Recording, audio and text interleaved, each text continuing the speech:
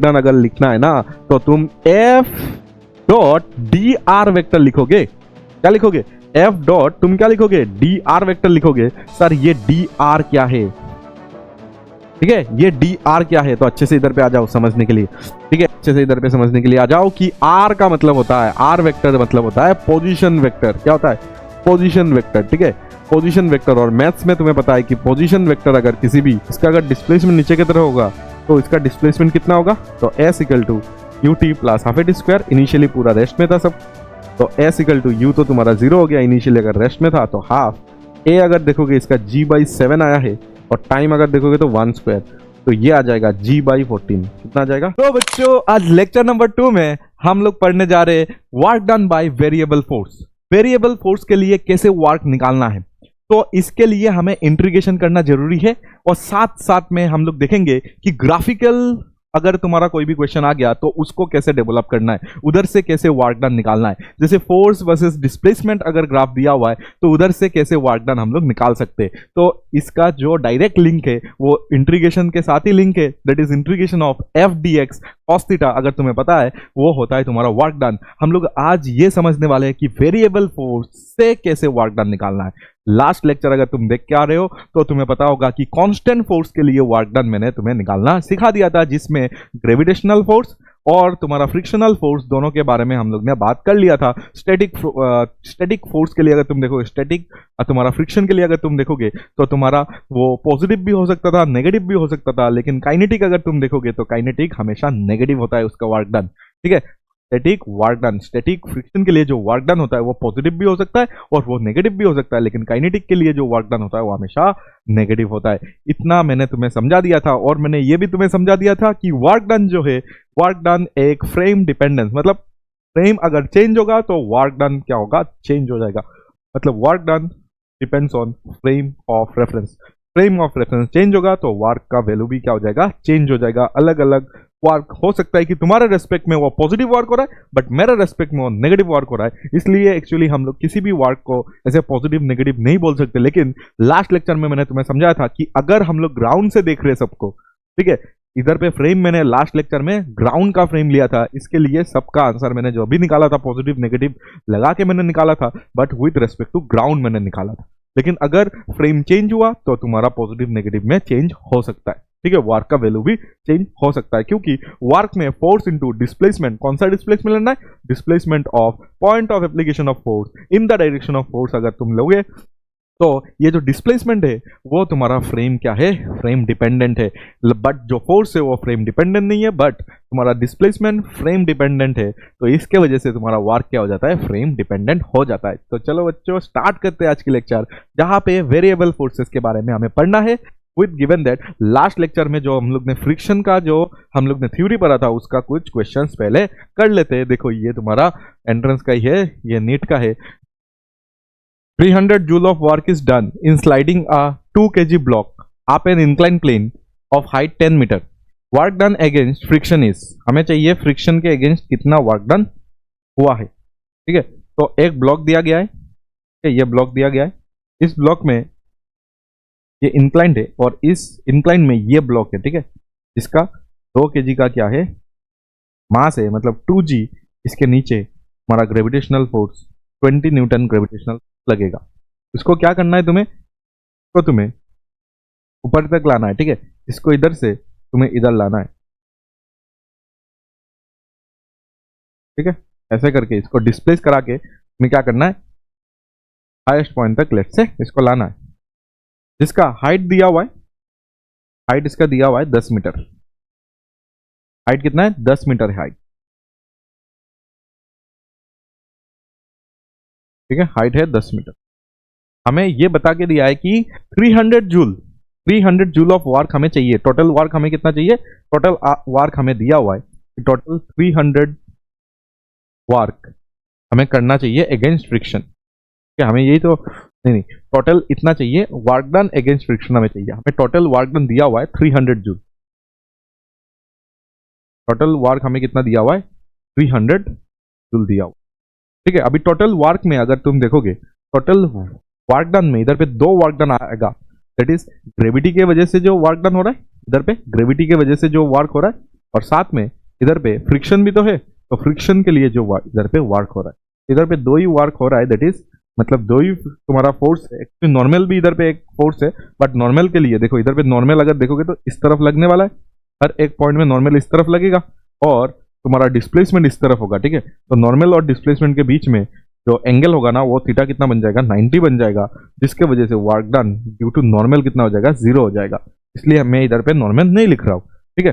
हमें इधर पे सिर्फ और सिर्फ फ्रिक्शन और इसके लिए देखना है, फ्रिक्शन और हमें ग्रेविटी के लिए इधर पे दिखना है, और वो तुम्हारा 300 जूल दिया हुआ है, ठीक है। तो ग्रेविटी के लिए अगर वर्क डन देखोगे तो ग्रेविटी के लिए फोर्स देखो 20 न्यूटन है, और डिस्प्लेसमेंट अगर देखोगे तो हमेशा वर्टिकल डिस्प्लेसमेंट लेना पड़ता है, दैट इज इधर पे 10 है वो, ठीक है, 10 लेना पड़ेगा, ठीक है। और साथ में अगर देखोगे तो फ्रिक्शन, ठीक है, और इक्वल टू तुम क्या करोगे, 300 कर लेना। तो इधर से तुम्हें पता चलेगा कि फ्रिक्शन के लिए जो भी वर्क डन आ रहा है वो आ जाएगा 300 माइनस कितना आ जाएगा, 200, ठीक है, जो आ जाएगा तुम्हारा 100 जूल, ठीक है। ऑप्शन में 100 जूल ही दिया हुआ था, ठीक है। तो हमें हमेशा तुम्हें क्या करना है, इधर पे अगर टोटल वर्क डन दिया हुआ है तो टोटल वर्क डन को तुम्हें देखना पड़ेगा कि इधर पे इस सिस्टम में क्या क्या फोर्सेस प्रेजेंट है। तो इस सिस्टम में अगर देखोगे तो नॉर्मल प्रेजेंट है, फ्रिक्शन प्रेजेंट है, यस फ्रिक्शन किस तरफ लग रहा है, तो यस फ्रिक्शन इधर पे प्रेजेंट है, फ्रिक्शन पक्का, क्योंकि ऊपर जा रहा है तो फ्रिक्शन किस तरफ लगा, तो ये फ्रिक्शन हमें चाहिए होगा, फ्रिक्शनल फोर्स हमें चाहिए होगा, बट ये एक्चुअली अगेंस्ट द फ्रिक्शन, इसलिए आंसर देखो पॉजिटिव में आया है। ये फ्रिक्शन नहीं लिया हम लोग ने, अगेंस्ट द फ्रिक्शन लिया है, मतलब फ्रिक्शन इस तरफ लग रहा है ना, तो अगेंस्ट द फ्रिक्शन, ये अगर फ्रिक्शन इस तरफ लग रहा है तो अगेंस्ट द फ्रिक्शन जो तुम्हारा फोर्स है वो इस तरफ होगा, ठीक है, इसलिए वो आंसर पॉजिटिव में, अगेंस्ट द फ्रिक्शन है, ठीक है। अच्छे से इसको देख लो, फिर चलो आगे। A block of mass 1 kg is pushed up a surface inclined to horizontal at an angle 60 by a force of 10 Newton parallel to the inclined surface as shown in the figure. When the block is pushed up by 10 meter along inclined surface, okay, the work done against the frictional force. देखो हमें ये बताया गया है कि इस point से, देखो ये पॉइंट मतलब पहले इस पॉइंट में था ये ब्लॉक, और इस पॉइंट से इस पॉइंट से इस पॉइंट के बीच का जो डिस्टेंस है वो दिया गया है, इस पॉइंट से इस पॉइंट का डिस्टेंस जो है ना वो दिया गया है, और वो डिस्टेंस का, ये दोनों पॉइंट के बीच का डिस्टेंस दिया गया है, दैट इज 10 मीटर, ठीक है। और हमें पता है कि ये ब्लॉक अगर ऊपर जा रहा है, और देखो इस पर फ्रिक्शन दिया गया है, फ्रिक्शन का कोफिशिएंट दिया गया है, ठीक है। अगर कोफिशिएंट ऑफ फ्रिक्शन दिया गया है तो फ्रिक्शन के लिए वर्क डन निकालना बहुत आसान हो जाता है, ठीक है। वो लास्ट लेक्चर में मैंने तुम्हें सिखाया था, ये 10 न्यूटन से ऊपर जा रहा है तो पक्का फ्रिक्शन पीछे की तरफ लग रहा होगा, ठीक है। तो इस फ्रिक्शन के लिए वर्क डन निकालना बहुत आसान है। कैसे, देखो वर्क डन बाय फ्रिक्शन जो मैंने तुम्हें सिखाया था, वर्क डन बाय फ्रिक्शन मैंने सिखाया था तुम्हें, वो आता था नेगेटिव म्यू एम जी, और आया था एक एक्स मतलब क्या था, हॉराइजॉन्टल डिस्प्लेसमेंट, ठीक है। एक्स क्या आया था कि इधर से इधर जाने में हॉराइजॉन्टली कितना आगे गया, वो तुम्हें हॉराइजॉन्टल हमें क्या लेना था, समझ आया कहानी। ये जो एक्स होता है वो हॉराइजॉन्टल डिस्प्लेसमेंट, और ये जो फोर्स होता है ना, ये मैंने तुम्हें बताया था कि नॉर्मल इंक्लाइन में है, बट तुम नॉर्मल समझो कि नॉर्मल ऊपर है और mg नीचे है, ठीक है। तो नॉर्मल अगर एक टेबल में होता तो फ्रिक्शन हमेशा कितना लगता, kinetic friction, that is mu, ठीक है, म्यू इंटू एन इधर पे आ जाएगा mg। वो जो नॉर्मल जो तुम्हारा फोर्स हम लोग जैसे लिखते हैं, ठीक है, जैसे हम लोग एफ के लिखते हैं उसको इधर पे बिठाओ, और साथ में तुम क्या करो, इधर पे नॉर्मल, कोई बोलेगा सर नॉर्मल तो N cos theta mg cos theta होना चाहिए, आपने तो वो लिया ही नहीं। एक्चुअली वो जो mg कॉस थीटा का जो कॉस थीटा है ना, वो और इसका हाइट सब कुछ मिला के ये आ जाता है कि हमें इधर पे हमेशा ये डिस्टेंस को यूज करना चाहिए, that is our horizontal distance, या तो डिस्प्लेसमेंट बोल सकते हो।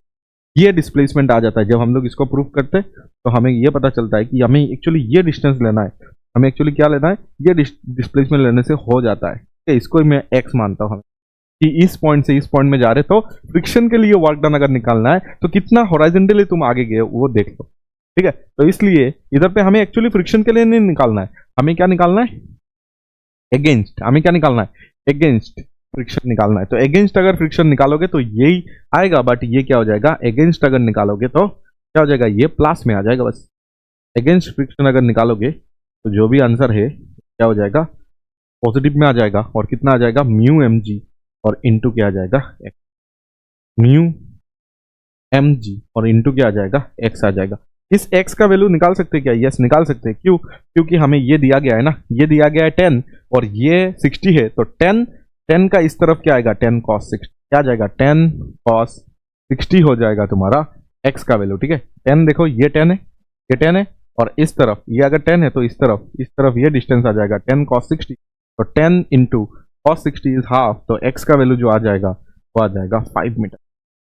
एक्स का वैल्यू क्या आ जाएगा, 5 मीटर आ जाएगा। तो मतलब वर्क डन अगेंस्ट अगर फ्रिक्शन लिखना है तो म्यू का वैल्यू इधर पे 0.1 दिया गया है और मास अगर इधर पे देखोगे 1 kg दिया गया है, जी का वैल्यू 10 दिया गया है और एक्स का वैल्यू हमें इधर से 5 मिल गया। मतलब ये एक्स का वैल्यू 5 मिल गया, इधर से दिखेगा एक्स का वैल्यू हमें 5 मिला है, हाँ एक्स का वैल्यू 10 और ये आ गया 5। तो हमें इधर से ये पता चल रहा है ये 10, अच्छा ये आंसर तो 5 ही आ गया। ठीक है, हमें आंसर इधर पे क्या मिलेगा, 5 जूल। तो वर्क डन अगेंस्ट फ्रिक्शन हो गया 5 जूल। फ्रिक्शन अगर होता तो -5 होता, बट अगेंस्ट फ्रिक्शन है इसलिए आंसर क्या आ गया, पॉजिटिव 5। ठीक है, अच्छे से इसको नोट कर लो, आसान क्वेश्चन। चलो next, A block of mass 100 kg slides over a distance of 10 meter on a horizontal surface. The coefficient of friction between the surfaces is 0.4. Then the work done against friction. ठीक है, work done against friction आराम से निकाल सकते हो, sir पे दिया गया है, ये सब कुछ सर पे दिया है, सर निकालना है। कैसे निकालोगे, क्या हुआ है, क्या दिया हुआ इधर पे देखो, a block of mass 100 kg, 100 kg इधर पे दिया गया है,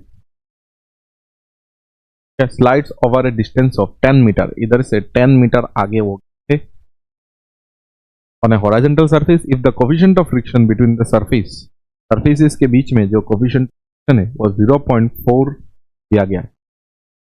then work done against friction, देखना फिर से अगेंस्ट पूछा है, पहले फ्रिक्शन निकाल लो, का साइन चेंज कर देना। ठीक है, तो ये अगर आगे जा रहा है तो फ्रिक्शन पक्का पीछे की तरफ लग रहा होगा।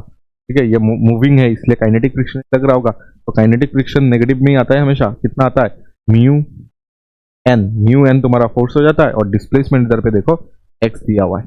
ठीक है, तो माइनस म्यू का वैल्यू अगर देखोगे तो 4 है, एन का वैल्यू अगर देखोगे तो वो सिंपल है सबसे, इधर पे डायरेक्ट ये सिंपल कैसे 100 इंटू जी हो जाएगा, तो 100 का 1000 हो जाएगा न्यूटन और ऊपर तुम्हारा क्या आ जाएगा, नॉर्मल आ जाएगा। ऊपर क्या आ जाएगा, इधर पे नॉर्मल आ जाएगा ना, ऊपर नॉर्मल का वैल्यू इधर पे आ जाएगा डायरेक्ट 1000 न्यूटन। ठीक है, नॉर्मल अगर 1000 न्यूटन है तो इधर पे 1000 में बिठा दूंगा। ठीक है, और x अगर देखोगे तो 10 दिया है तो इधर 10 बिठा दूंगा, तो आंसर जो आ गया वो आ गया -4000 आ गया। ठीक है, ये 4 बनाएगा, इसको 1000 आ जाएगा। ठीक है, अच्छा ये work done by friction, F के लिख दिया मैंने, वर्क डन लगा दो इधर। ठीक है, वर्क डन निकाल रहे हैं हम लोग एफ के वजह से, तो वर्क डन कितना आ गया, इतना जूल आ गया। बट हमें अगेंस्ट चाहिए ना, हमें तो अगेंस्ट चाहिए, तो अगेंस्ट चाहिए तो इसको तुम क्या करो, पॉजिटिव, तो क्या करो पॉजिटिव में लिख देना। ठीक है, एफ के नहीं है, ये एफ के तो सिर्फ म्यू इंटू एन है। ठीक है, और साथ में डिस्प्लेसमेंट भी इंटू क्या है ना, तो इसलिए ये क्या बन गया, ये बन गया work done by kinetic friction, it is इतना आ गया। और अगेंस्ट अगर फ्रिक्शन तुम्हें निकालना है तो अगेंस्ट फ्रिक्शन में तुम्हारा आंसर क्या आ जाएगा, अगेंस्ट फ्रिक्शन में आंसर आ जाएगा पॉजिटिव 4000 जूल आ जाएगा, पॉजिटिव 4000 जूल आ जाएगा। ठीक है, सिंपल क्वेश्चन है, आराम से लिख। तो चलो अभी नेक्स्ट क्वेश्चन को सॉल्व करते हैं। Identify the correct statements from the following. Work done by a man in lifting a bucket out of a well by means of a rope tied to the bucket is negative. अच्छा चलो समझते। ठीक है, हमारे पास क्या है, एक well है, क्या है हमारे पास, वेल है। ठीक है, इसमें एक बकेट है, तो सबसे पहले एक को समझते हैं अच्छे से। तो ये बकेट में कुछ वाटर होगा, ठीक है, वेल से हम लोग इसको बाहर निकाल रहे, तो कुछ वाटर होगा, इसका mg तो सर नीचे की तरफ होता है। ठीक है, अच्छा mg नीचे की तरफ, बट हमें क्या चाहिए, हमें चाहिए वर्क डन बाई क्या चाहिए हमें, हमें क्या चाहिए, work done by A man in lifting a bucket out of well. ठीक है, हमें ग्रेविटी के वजह से नहीं चाहिए, हमें चाहिए वेल को बाहर निकालने के लिए मैन हमेशा ऊपर की तरफ फोर्स लगाएगा। ठीक है, दैट इज टेंशन, टेंशन के बराबर। ठीक है, यही फोर्स हमारा क्या हो जाएगा, टेंशन फोर्स हो जाएगा। ठीक है, तो टेंशन तो ऊपर की तरफ है और इसका जो डिस्प्लेसमेंट भी होगा वो भी ऊपर के डायरेक्शन में ही होगा। तो डिस्प्लेसमेंट और फोर्स दोनों ही ऊपर के डायरेक्शन में है, तो हम लोग बोल सकते हैं इसका जो भी वर्क डन होगा वो, क्योंकि ये दोनों ऊपर के डायरेक्शन में है, तो देखो एफ एस और क्या होता है हमारे पास कॉस थीटा होता है, तो एफ का भी इधर पे क्या रखना पड़ता है, मैग्नीट्यूड, एस का भी मैग्नीट्यूड रखना पड़ता है और कॉस थीटा, यही तो होता है हमारे पास, जिसको हम लोग क्या लिखते हैं, एफ एस कॉस थीटा या तो एफ डी कॉस थीटा बोल सकते हो। तो इधर पे एफ और एस सेम डायरेक्शन में, इसलिए वर्क डन हम लोग बोल सकते हैं पॉजिटिव। तो ए में आंसर तो आना चाहिए पॉजिटिव। पर चलो देखते हैं इन्होंने क्या बताया। इन्होंने बताया कि इज नेगेटिव, तो ये हमारे लिए क्या हो गया, गलत हो गया। ठीक है, हमें ट्रू स्टेटमेंट इधर पे बताना है, करेक्ट स्टेटमेंट इधर पे बताना है, तो ये पहला वाला हमारा गलत हो गया। Work done by the gravitational force in lifting the bucket, तो मतलब ये सेम केस है, इसमें अगर ग्रेविटेशनल फोर्स के लिए निकालोगे, ये तो इस फोर्स के लिए निकाला था, बट अगर ग्रेविटेशन के लिए बारे में बात करोगे, ग्रेविटेशन के बारे में अगर बात करोगे, तो ग्रेविटेशन के बारे में अगर देखोगे तो ये जो तुम्हारा ब्लॉक है इसमें ग्रेविटेशनल फोर्स तो नीचे की तरफ लग रहा है, लेकिन डिस्प्लेसमेंट जो हो रहा है वो ऊपर की तरफ हो रहा है। तो ग्रेविटेशनल के लिए अगर तुम देखोगे तो वो क्या हो जाएगा, नेगेटिव वर्क डन हो जाएगा, क्योंकि ग्रेविटेशनल फोर्स नीचे और डिस्प्लेसमेंट ऊपर। ठीक है, तो अगर तुम देखोगे तो हमारे लिए ये क्या हो जाएगा, ये करेक्ट एक्सप्लेनेशन या तो करेक्ट स्टेटमेंट हो जाएगा। ठीक है, ठीक है, करेक्ट हो जाएगा ये। ठीक है, इसमें देखो ये अगेंस्ट नहीं बताया, लेकिन पहला वाला क्वेश्चन अगर तुम देखोगे ना, इसमें हम लोग ने जो किया था ना, किसी किसी को अगर डाउट आ रहा है कि सर इसमें तो आपने ग्रेविटेशनल फोर्स को, ये जो ग्रेविटी है ना, इसको सर आपने तो इधर पे पॉजिटिव लिया था। यस, इधर पे देखो मैंने पॉजिटिव लिया था, इधर पे मैंने पॉजिटिव लिया था। क्वेश्चन को अच्छे से पढ़ना तो तुम्हें समझ आएगा कि इसमें अगेंस्ट फ्रिक्शन, ठीक है, इतना वर्क दिया गया है। देखो हमारे पास 300 जूल ऑफ वर्क दिया गया था, इसको हमें क्या करना है, कुछ ग्रेविटेशन मतलब ग्रेविटी में खत्म करना है और कुछ फ्रिक्शन में खत्म करना है। ठीक है, कुछ ग्रेविटी में खत्म करना है और कुछ फ्रिक्शन में खत्म करना है, और दोनों ही हमारे लिए इधर पे क्या होगा, अगेंस्ट वाला होगा। अगेंस्ट ग्रेविटी और अगेंस्ट फ्रिक्शन, हमें इसको खत्म करना है। ठीक है, इसलिए अगेंस्ट लिया था, इसके वजह से तुम बोल सकते हो कि इधर पे मैंने क्या नहीं लिया, इधर पे मैंने इधर पे नेगेटिव नहीं लिया। ठीक है, इसको भी पॉजिटिव माना, इसको भी पॉजिटिव माना, देखो आंसर पॉजिटिव में आया। दैट इज मतलब against friction and against gravitation, जिसके वजह से तुम इधर पे देख सकते हो कि जिसके वजह से इधर पे मैंने ग्रेविटी वाला को इधर पे मैंने पॉजिटिव लिया, लेकिन ये जो ब्लॉक है ये ऊपर गया, तो नीचे तुम्हारा ग्रेविटेशनल फोर्स नीचे, बट डिस्प्लेसमेंट देखो ऊपर हुआ है, फिर भी मैंने इधर पे पॉजिटिव माना है क्योंकि ये अगेंस्ट वाला कंडीशन था। ठीक है, इसलिए माना है बस। लेकिन अभी हमारे पास अगेंस्ट जैसे कुछ बताया नहीं गया। ठीक है, ये सब तुम्हें इधर पे सोचना पड़ेगा एग्जाम में बैठ के। ठीक है, अच्छा उसके बाद देखो, work done by friction on a body sliding down an inclined plane is positive. चलो समझते। ठीक है, ये तो शायद मुझे लग रहा है गलत होगा। क्यों गलत होगा, देखो हमें यह बताया गया है कि अगर तुम्हारे पास एक इंक्लाइंड है, ठीक है, तुम्हारे पास अगर एक इंक्लाइंड है, ठीक है, ये हम लोग सी को अभी चेक कर रहे हैं। ठीक है, सी को चेक कर रहे कि अगर तुम्हारे पास एक इंक्लाइंड है और इधर पे अगर ब्लॉक है, ब्लॉक का देखो मूवमेंट इधर पे बताया गया। ठीक है, मूव इस तरफ हुआ है, तो तुम्हारा फ्रिक्शन जो है काइनेटिक फ्रिक्शन, क्योंकि ये स्लाइड हो रहा है, तो हमारे पास आएगा काइनेटिक फ्रिक्शन, और काइनेटिक फ्रिक्शन देखो ऊपर की तरफ होगा। ठीक है, काइनेटिक फ्रिक्शन ऊपर की तरफ और डिस्प्लेसमेंट तुम्हारा नीचे की तरफ, तो 180 डिग्री बनेगा। तो वर्क डन इधर पे क्या हो जाएगा, फ्रिक्शन की वजह से, इधर पे कौन सा वर्क डन, इधर पे काइनेटिक फ्रिक्शन की वजह से जो वर्क डन होगा वो तुम्हारा क्या हो जाएगा, नेगेटिव हो जाएगा। तो इसलिए इधर पे नेगेटिव आंसर आना चाहिए, लेकिन इधर पे देखो ये पॉजिटिव दिया गया है, तो ये भी क्या हो जाएगा, गलत हो जाएगा। ठीक है, नेगेटिव होना चाहिए आंसर। चलो डी को समझते। Work done by an applied force on a body moving on a rough horizontal plane with uniform velocity is 0। ठीक है, हमें यह बताया गया है कि सेम तुम्हारे पास अभी क्या है, अभी तुम्हारे पास एक जमीन है सबसे पहले। ठीक है, और इसमें क्या है, एक ब्लॉक है। ठीक है, ये राफ है, ये अगर राफ होगा तो हम लोग क्या बोल सकते हैं, ये अगर राफ होगा तो इस तरफ लगेगा तुम्हारा फ्रिक्शन। क्यों, क्योंकि बताया गया है कि ये कुछ वेलोसिटी से आगे की तरफ, कांस्टेंट वेलोसिटी शायद, ये कुछ कांस्टेंट वेलोसिटी से आगे की तरफ क्या हो रहा है, मूव कर रहा है। तो अगर ये कांस्टेंट वेलोसिटी से आगे की तरफ मूव कर रहा है तो फ्रिक्शन तो इस तरफ ही लगने वाला है। तो अगर इसका मूवमेंट इस तरफ हुआ, फ्रिक्शन इस तरफ लग रहा है, तो वर्क डन बाय फ्रिक्शन फिर से क्या हो गया, इसमें वर्क डन बाय फ्रिक्शन अगर देखोगे फिर से इसमें नेगेटिव आ रहा है। ठीक है, तो इसलिए ऑप्शन ये क्या थे, डी है, ये भी तुम्हारे लिए क्या हो जाएगा, इधर पे गलत हो जाएगा।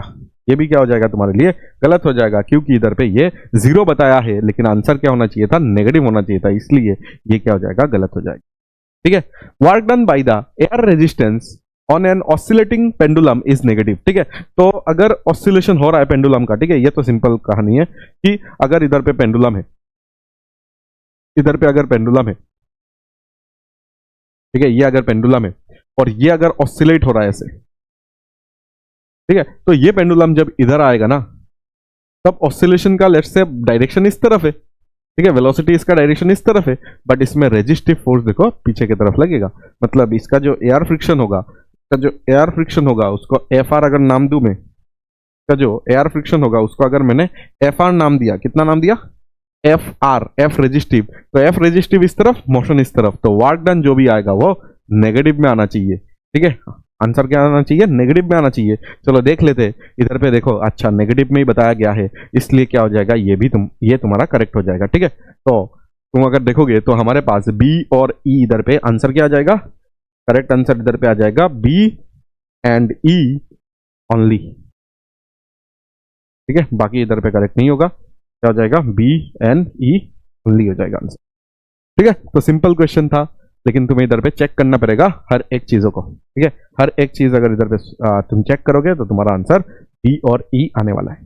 ओके, चलो नेक्स्ट हम लोग आगे बढ़ते हैं और हम लोग कुछ क्वेश्चन करते, कुछ स्टैंडर्ड किताबों का क्वेश्चन हम लोग इधर पे देख लेते। ठीक है, हमें निकालना है वर्क डन, किसके वजह से, टेंशन के वजह से हमें इधर पे वर्क डन निकालना है।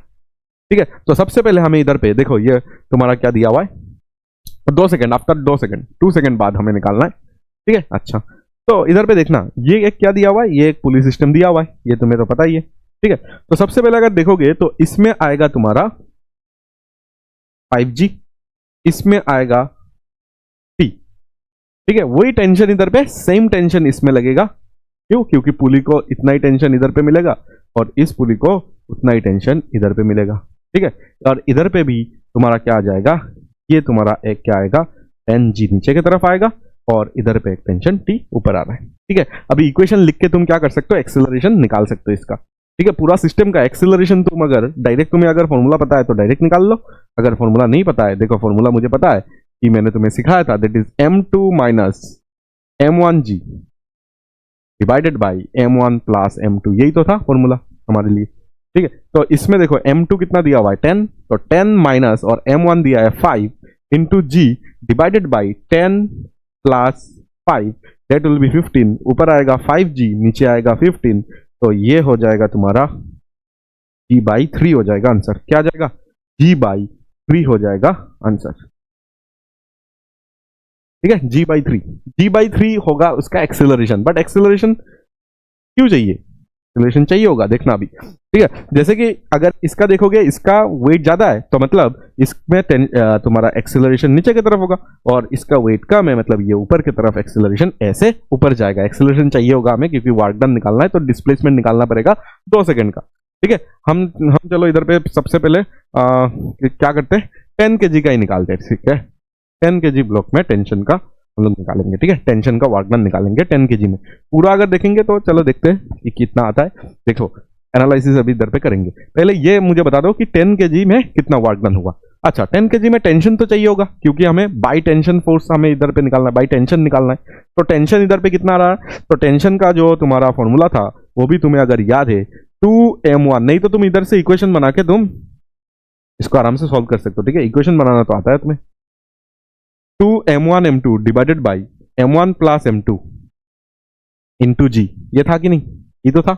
ठीक है, और इसमें अगर देखोगे तो t हमारा जो आएगा, ठीक है, हमारा जो t टेंशन जो आएगा वो कितना आ जाएगा हमारे पास 2, m1 अगर देखोगे तो 5 है, और ये अगर देखोगे 10 है, डिवाइडेड बाई अगर देखोगे तो 5 प्लस इधर पे 10 लिख सकते हो, इंटू जी लिख सकते हो। इसको आराम से सॉल्व कर लो तो इधर पे 15 आएगा। ठीक है ना, इधर पे कितना आ जाएगा, इधर पे आ जाएगा 15, इसको कैंसिल करके 3, 20g/3 आ जाएगा हमारा आंसर। कितना आ जाएगा, 20g/3 आ जाएगा। देखो तो समझ आया कि नहीं, 20g/3 आ जाएगा। 20g और 5 से इसको कैंसिल आउट करोगे 15 को, तो 3 आ जाएगा। तो टेंशन हमें मिल चुका है। तो अच्छे से तुम सिर्फ और सिर्फ 10 kg को देखो, क्योंकि हमने 10 kg के बारे में अभी हम लोग क्या करेंगे, पूरा एनालिसिस करेंगे कि उसका वर्क डन कितना होगा। 10 kg अगर देखोगे ना, 10 kg नीचे की तरफ जा रहा है ए एक्सेलरेशन से, और उस ए का वैल्यू है g/3। कितना है, g/3। और इसमें टेंशन जो लग रहा है वो ऊपर की तरफ लग रहा है, दैट इज 20g/3।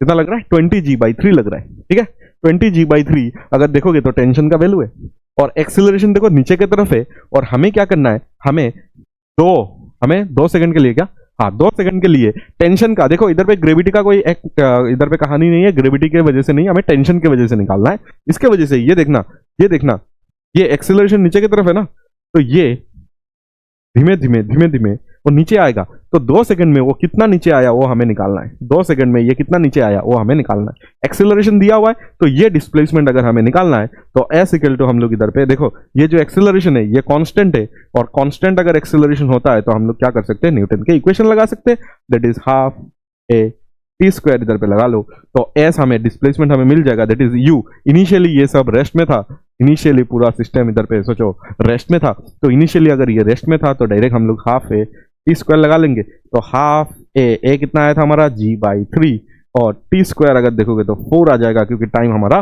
2 सेकंड है। ठीक है, तो हमारे पास आ गया 2। ठीक है, ये g/2 ये सही है, 2g/3 आ जाएगा। कितना आ जाएगा हमारे पास, 2g/3।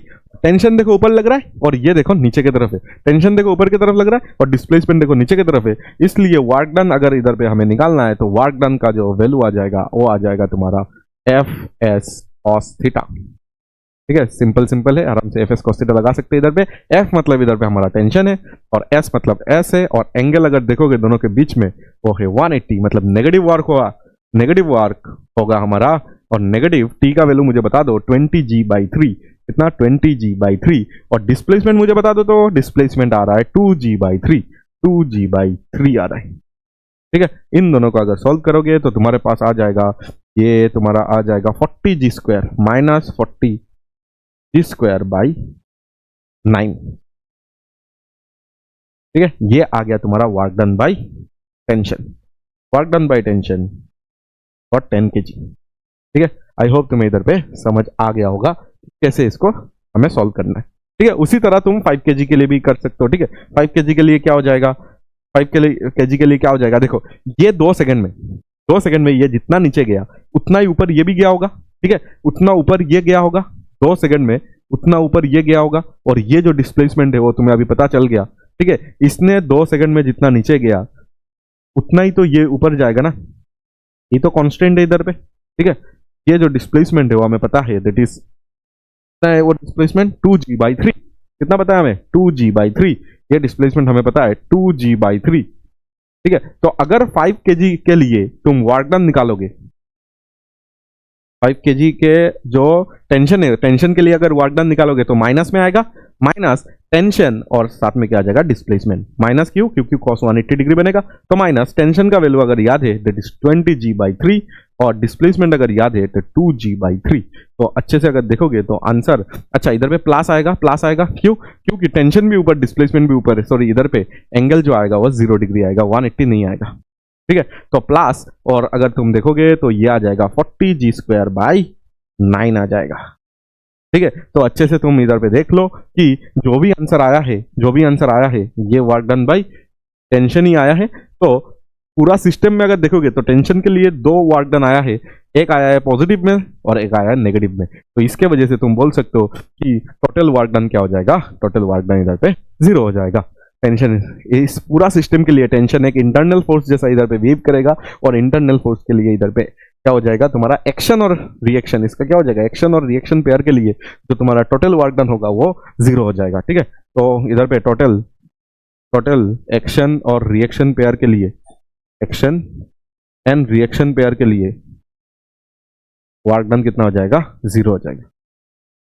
वर्क डन एक्शन और रिएक्शन पेयर के लिए 0 हो जाएगा। कैसे पता चला? तो इधर से ये लाओ, इधर से समझो, और इधर से ये समझो, दोनों मिला के अगर देखोगे तो एक्शन रिएक्शन पेयर के लिए आंसर 0 आ रहा है। या तो टेंशन इस सिस्टम का इंटरनल फोर्स के लिए तुम बोल सकते हो वर्क डन कितना आ रहा है? 0 आ रहा है। ठीक है, तो चलो अभी नेक्स्ट क्वेश्चन को सॉल्व करते हैं। देखो इधर पे इस बार 2 पुली है, ठीक है, 2 पुली है और मासेस दिया हुआ है 2 kg और 6 kg, ठीक है, 2 kg और 6 kg दिया हुआ है। Find work done by tension after t is equal to 1 second. अच्छा, अभी कौन सा मास? तो हम लोग ले लेते, चलो 6 kg वाला मास को ले लेते हैं, ठीक है, 6 kg वाला मास को ले लेते हैं कि 6 kg का हमें वर्क डन निकालना है बाय टेंशन। ठीक है, तो सबसे पहले हमें इधर पे दिख रहा होगा कि थोड़ा बहुत एनएलएम का यूज करना पड़ेगा, वर्चुअल वर्क मेथड। याद है क्या? Virtual work method, virtual work method इधर पे यूज करना पड़ेगा क्योंकि इसका एक्सेलरेशन अलग अलग होगा। ठीक है, एक्सेलरेशन तो अलग अलग होगा, तो उसको अभी इधर पे देखना पड़ेगा क्योंकि ये कांस्टेंट मोशन का सवाल है। ठीक है, तो इधर पे देखना, ये अगर टेंशन टी होता है तो इस पुली में उल्टा करके इधर पे टेंशन टी लगेगा, इस पुली में इधर पे इस साइड में इधर पे लगने वाला है, और इधर पे देखना अच्छे से कि टेंशन जो है वो इस तरफ लगने वाला है। ठीक है, इसमें आ जाओ तो टेंशन इस तरफ लगने वाला है, सेम रोप है। ठीक है, और इधर आ जाओ तो इसमें इस तरफ लगने वाला है। ठीक है, बट इसमें अगर देखोगे इस पुली में ऊपर में टी तो 2t, तो इस पुली के नीचे में लगेगा हमारा 2t टेंशन, बट इस 6 kg में लगेगा 2t ऊपर में। ठीक है, 2t ऊपर में लगेगा। अच्छा, और थोड़ा सा 2 kg का भी अगर तुम्हें ग्रेविटी वाला अगर फोर्स दिखाना है तो ये 2g हो जाएगा और ये हो जाएगा हमारा 6g। 2g और 6g को मैंने इधर पे दिखा दिया। ठीक है, अच्छा, तो हमें नहीं पता कि इसका कितना एक्सेलरेशन है। ठीक है, तो लेट्स से ये मान लेते हैं कि इसका एक्सेलरेशन को a1 मान लिया, ठीक है, और इसका एक्सेलरेशन को मैंने a2 मान लिया। ठीक है, अच्छा, ये अगर हम लोग ने एजम्पशन ले ही लिया तो चलो हम लोग इधर पे क्या यूज कर सकते हैं? डेल्टा, सॉरी डेल्टा नहीं, summation of T dot A equal to हम लोग 0 लिख सकते हैं। T dot A equal to 0 लिख सकते हैं, दैट इज वर्चुअल। और या तो तुम इधर पे क्या लगा रहे हो? एनएनएम लगा रहे हो, सिंपल एनएनएम लगा रहे हो, या तो कांस्टेंट रिलेशन लगा रहे हो। ठीक है, यही तुम्हारा क्या है? कांस्टेंट रिलेशन से आया है, कांस्टेंट मोशन से आया है। कांस्टेंट मोशन में मैंने 3 तरीके से इन सब चीजों को सॉल्व करना सिखाया था। ठीक है, तो एक तरीका जो आसान होता है उसको अभी इधर पे हम लोग यूज कर रहे हैं। ठीक है, अच्छा, तो ये कांस्टेंट मोशन का जो तुम्हारा कंडीशन है उसमें अगर देखोगे तो इसमें आ जाओ, इसमें देखो टेंशन ऊपर लग रहा है, एक्सेलरेशन नीचे है, तो टी डॉट ए का मतलब होता है उनके बीच का एंगल भी लेना पड़ता है, कॉस थीटा। ठीक है, तो टी कितना है? उसका टेंशन है 2t और एक्सेलरेशन कितना है? a1 है, और दोनों के बीच में 180। देखो एक्सेलरेशन इस तरफ, टेंशन इस तरफ, तो इधर इसलिए माइनस आएगा। ठीक है, अच्छा, प्लस करो, उसके बाद प्लस करो, इसमें चले जाओ, इसमें देखो इस बॉडी में टेंशन भी ऊपर, एक्सेलरेशन भी ऊपर, तो कॉस 0 हो जाएगा, तो तुम्हें इधर पे पॉजिटिव में लिखना है, तो t और a2 हो जाएगा और इक्वल टू क्या हो जाएगा? 0 हो जाएगा। ठीक है, इसमें अगर देखोगे तुम तो 2a1 इक्वल टू तुम क्या लिख सकते हो? a2 लिख सकते हो। ठीक है, तो हमारे पास एक क्या आ गया? रिलेशन आ गया, दोनों एक्सेलरेशन का रिलेशन आ गया। तो अभी हमें ये एक्सेलरेशन निकालना पड़ेगा, नहीं तो वर्क डन तो नहीं मिल सकता ना। तो वर्क डन हमें निकालने के लिए हमें क्या चाहिए होगा? ये एक्सेलरेशन का वैल्यूज चाहिए होगा। ठीक है, वैल्यू निकालने के लिए तुम क्या कर सकते हो? तुम सिंपल अपने फंडे में जा सकते हो, दैट इज इधर का इक्वेशन लिख सकते हो। इक्वेशन लिखना आता है तुम्हें? Yes, Newton second law. T ऊपर देखो, एक्सेलरेशन ऊपर तो फोर्स क्या? टी भी ऊपर, और नीचे 2g, तो t माइनस 2g, ऐसे ही तो सीखा था। नेट फोर्स कितना हो जाएगा? t माइनस 2g, और इसका मास कितना है?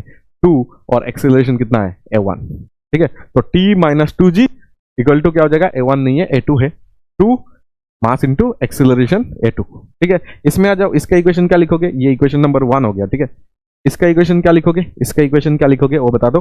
देखो तुम्हारा एक्सेलरेशन नीचे मतलब 6g माइनस 2t, 6g, और टेंशन देखो ऊपर 2t इक्वल टू इसका कितना हो जाएगा? इसका हो जाएगा तुम्हारा 6a1, क्योंकि 6 kg है तो 6a1 मास इंटू एक्सेलरेशन। ठीक है, और ये हो जाएगा तुम्हारा इक्वेशन नंबर 2। ठीक है, इन दोनों को अच्छे से सॉल्व करना पड़ेगा, सॉल्विंग। ठीक है, इन दोनों को सॉल्व करो, सॉल्व करने से तुम्हें क्या मिल जाएगा? तुम सोच लो कि 6g है इधर पे, माइनस 2 टेंशन, टेंशन का वैल्यू इधर से पुट कर लो, 2a2 प्लस क्या हो जाएगा? 2g, 2a2 प्लस क्या हो जाएगा? 2g हो जाएगा। और इक्वल टू क्या हो जाएगा हमारे पास 6a1। ठीक है, बस मैंने पुट किया है इसका वैल्यू इसमें, टेंशन का वैल्यू पहला इक्वेशन से निकाल के इसमें मैंने बिठा दिया। तो 6g minus 4a2 minus 4g equal to क्या हो जाएगा 6a1। ठीक है, अच्छा इतना तो समझ आ गया। फिर इधर पे क्या हो रहा है 4g, ये हो जाएगा 2g हो जाएगा। ठीक है, और ये इस तरफ लेके जाओ तो 6a1 प्लस क्या हो जाएगा 4a2। 2 से इसको कैंसिल आउट कर सकते हो तो g इक्वल टू तुम लिख सकते हो 3a1 और प्लस क्या हो जाएगा 2a2। तो ये एक इक्वेशन हमें मिल रहा है। ठीक है, और एक इक्वेशन हमें ये मिला है, तो दोनों को अगर सॉल्व करेंगे तो हमारा आंसर आ सकता है। ठीक है, तो ये जो इक्वेशन है इसको अगर इधर पे इम्प्लीमेंट करते हैं हम लोग तो g इक्वल टू हमारे पास कितना आया था 3a1 प्लस a2 प्लस कितना a2 है ट्वाइस a2 है। a2 का वैल्यू हमें पता है ट्वाइस a1 है, तो इधर पे बिठा देते चलो। इधर पे हमें क्या दिख रहा है a2 का वैल्यू ट्वाइस a1 है, तो हमें ये मिल चुका है कि ये जो आ रहा है ये आ रहा है 7a1। कितना आ रहा है 7a1, तो a1 का वैल्यू आ गया हमारे पास g/7। और a2 का वैल्यू भी अगर तुम्हें चाहिए तो a2 क्या है, a2 तुम्हारा ट्वाइस a1 है, तो ट्वाइस g/7 हो जाएगा तुम्हारा। दोनों एक्सेलरेशन इधर पे आ चुका है। ठीक है, इतना टाइम हम लोग ने जो भी किया है वो न्यूटन लॉज ऑफ मोशन का सवाल था। ठीक है, अभी हमें क्या करना है उसका वर्क डन निकालना है। ठीक है, तो वर्क डन आराम से इसका निकाल सकते हो। 6 kg का निकालना है, 6 kg का निकालना है, तो 6 kg को इधर पे ड्रॉ कर लो और अच्छे से समझ लो इसका जो टेंशन है वो टेंशन ऊपर की तरफ लग रहा है 2t। ठीक है, और हमने जो डायरेक्शन माना है वो सही डायरेक्शन है क्योंकि नेगेटिव में आया नहीं है, तो 2t ऊपर लग रहा है, 2t ऊपर लग रहा है। और नीचे अगर देखोगे ये इसका एक्सेलरेशन नीचे की तरफ है, तो डिस्प्लेसमेंट इसका नीचे की तरफ होगा। ठीक है ना, डिस्प्लेसमेंट इसका नीचे की तरफ होगा। इसका अगर डिस्प्लेसमेंट नीचे की तरफ होगा तो इसका डिस्प्लेसमेंट कितना होगा, तो s equal to U T plus half at square. Initially पूरा रेस्ट में था सब, तो s इक्वल टू यू तो तुम्हारा 0 हो गया, इनिशियली अगर रेस्ट में था, तो हाफ a अगर देखोगे इसका g/7 आया है और टाइम अगर देखोगे तो 1 स्क्वायर, तो ये आ जाएगा g/14। कितना आ जाएगा g/14। बट हमें तो सर टेंशन का वैल्यू अभी तक पता नहीं, तो टेंशन का वैल्यू पता करना पड़ेगा। ठीक है, उधर पे बिठाना पड़ेगा तो टेंशन का वैल्यू पता होगा। ठीक है, टेंशन का वैल्यू पता करना पड़ेगा, तो टेंशन इक्वल टू क्या आ जाएगा, टेंशन इक्वल टू इधर पे आ जाएगा 2a2 प्लस 2g। तो 2a2 का वैल्यू बता दो मुझे, a2 का वैल्यू आया है 2g/7, 2g/7 प्लस 2g। ठीक है, तो इस तरफ से हम लोग क्या लिख सकते हैं, टेंशन का वैल्यू 4g/7 प्लस 2g। तो इधर से हम लोग लिख सकते हैं 18g/7 हो जाएगा। कितना आ जाएगा 18g/7 हो जाएगा हमारा टेंशन का वैल्यू। अगर टेंशन हमें मिल चुका है तो 2t का वैल्यू हमें मिल चुका है, दैट इज 2। इधर पे कितना आ रहा है 18g/7 आ रहा है। तो मतलब ये टेंशन, ये जो फोर्स है ना, 2 टेंशन जो ऊपर लग रहा है, नीचे डिस्प्लेसमेंट हो रहा है बट टेंशन ऊपर लग रहा है, और कितना लग रहा है 36g/7 लग रहा है। ठीक है, कैलकुलेशन एक बार देख लेना। तो तुम्हारे पास वर्क डन अगर तुम्हें लिखना है तो वर्क डन होता है तुम्हारा F into S into cos theta. इधर पे देखना टेंशन ऊपर लग रहा है, डिस्प्लेसमेंट नीचे हो रहा है, तो नेगेटिव में आएगा आंसर क्योंकि 180 डिग्री हो रहा है। ठीक है, और F अगर तुम देखोगे तो हमारे पास आया है 36g/7। कितना आया देखो, टेंशन कितना ऊपर में, फोर्स कितना आया, टेंशन के लिए हमें निकालना था ना, तो टेंशन तो इसमें 2t लग रहा है, तो 2t के लिए जो आंसर आएगा वो आ जाएगा इसका फोर्स और इनटू इसका डिस्प्लेसमेंट। बाकी इधर से तुम सॉल्व कर लेना, समथिंग तुम्हारा क्या आ जाएगा, जूल में आंसर आ जाएगा। समथिंग जूल तुम्हारा इधर से आ जाएगा। बट ऐसे मैंने इधर पे तुम्हें ये सिखाने का ट्राई कर रहा हूं कि यस एनएलएम कनेक्ट करके तुम्हारा वर्क का क्वेश्चन ऐसे पूछ सकता है। तो लास्ट दो जो क्वेश्चन है वो देखो पूरा एनएलएम बेस्ड क्वेश्चन है, जिसमें पुली वगैरह तुम्हें दिख रहा है, तो इसलिए तुम्हें ये सब याद रखना है। तुम्हें अगर तुम्हें जेई एडवांस देना है तो तुम्हें हर एक चैप्टर को याद रखना है। ऐसा नहीं कि सर ये चैप्टर पढ़ा और भूल गया, नहीं, इसका कॉन्सेप्ट देखो नेक्स्ट चैप्टर में क्या हो जाएगा, इसका कॉन्सेप्ट हम लोग यूज करके ऐसे हम लोग सॉल्व कर सकते हैं। ठीक है, तो ये भी इंपॉर्टेंट था, ठीक है, सिंपल क्वेश्चन में, और ये भी इंपॉर्टेंट है तुम्हारा। ठीक है, जल्दी से इसको लिख लो, फिर हम लोग आगे चलते हैं। और हमारे पास आज जो हमारा इंपॉर्टेंट जो टॉपिक था दैट इज वेरिएबल फोर्स। ठीक है, अभी हमारे पास आएगा वेरिएबल फोर्स के लिए वर्क डन निकालना। इतना टाइम हम लोग ने कांस्टेंट फोर्स के लिए वर्क डन निकाला, आज हम लोग क्या करेंगे, वेरिएबल फोर्स अगर हुआ तो वर्क डन कैसे निकालना है। ठीक है, जैसे कि इतना टाइम हम लोग ने क्या किया, कांस्टेंट फोर्स के लिए निकाला था। कांस्टेंट फोर्स के लिए हमने क्या क्या किया, कांस्टेंट फोर्स के लिए हमने डायरेक्ट एक ही फॉर्मूला हमारे पास था, दैट इज क्या था हमारे पास फॉर्मूला हमारे पास ये था कि फोर्स इनटू डिस्प्लेसमेंट, किसका, displacement of point of application of force, point of application of force, ये था हमारे पास। ठीक है, ये था हमारे पास, जिसको तुमने अगर अच्छे से सॉल्व किया तो एफ एस कॉस थीटा या तो एफ डी कॉस थीटा लिखते थे। ठीक है, तो ये हमेशा वैलिड होगा ओनली फॉर कांस्टेंट फोर्स के लिए तुम इसको वैलिड बोल सकते हो, जिसको तुम डॉट प्रोडक्ट में भी लिख सकते हो, that is F dot D या तो एफ डॉट एस लिख सकते हो। ठीक है, इतना हमें समझ आया, ये ओनली फॉर कांस्टेंट फोर्स। लेकिन अभी ये भी तो हो सकता है कि वेरिएबल फोर्स है हमारे पास क्या है, हमारे पास वेरिएबल फोर्स है। हमारे पास अगर वेरिएबल फोर्स है तब हम लोग इसको डील कैसे करेंगे, तो देखना, अगर वेरिएबल फोर्स है, अगर फोर्स वेरिएबल है तो हम इसको कैसे डील करेंगे, उसको डील करने के लिए हमें चाहिए होगा, इसको डील कैसे करेंगे, तो हमें एक इधर पे यूज करना पड़ेगा, दैट इज कैलकुलस। हमें इधर पे क्या यूज करना पड़ेगा, कैलकुलस। ज्यादातर वेरिएबल चीजों में हम लोग क्या यूज करते हैं, कैलकुलस यूज करते हैं, और इसमें कैलकुलस का पर्टिकुलर चीज लगेगा, दैट इज इंटीग्रेशन लगेगा। इंटीग्रेशन हम लोग यूज करके क्या निकाल सकते हैं, वेरिएबल फोर्स के लिए वर्क डन निकाल सकते हैं। क्या यूज करना है हमें यूज करना है इंटीग्रेशन, और इंटीग्रेशन यूज करके हम लोग क्या निकाल सकते हैं, वेरिएबल फोर्स के लिए वर्क डन निकाल सकते हैं। ये दिखाऊंगा मैं आराम से, देखो। तो हमारे पास लेट्स से हमारे पास इधर पे एक ग्राफ है। ठीक है, अच्छे से इसको पहले नोट कर लेना, फिर आगे हमारे पास इधर पे देखो। तो जो हमारे पास ये ग्राफ है, ठीक है, हमारे पास सोचो कि ये ग्राफ है। इस ग्राफ में मैं तुम्हें यही समझाऊंगा कि जो फोर्स लग रहा है ना, जो फोर्स है ना, वो ऐसे क्या हो रहा है, फोर्स जो है वो ऐसे वेरी हो रहा है। जैसे कि मैंने कुछ इधर पे वैल्यूज ले लिया, लेट्स से ये टाइम ग्राफ है, टाइम या तो डिस्प्लेसमेंट ग्राफ मान लो, ये डिस्प्लेसमेंट ग्राफ है और ये फोर्स। तो फोर्स क्या हो रहा है, सबसे पहले फोर्स देखना इधर पे, लेट्स से 2 मीटर जब था तो तुम्हारा फोर्स कितना था, लेट्स से 5 न्यूटन फोर्स था। जैसे ही तुम्हारा डिस्प्लेसमेंट अभी 10 मीटर हो गया तो तुम्हारा फोर्स क्या हो गया, लेट्स से 10 न्यूटन हो गया।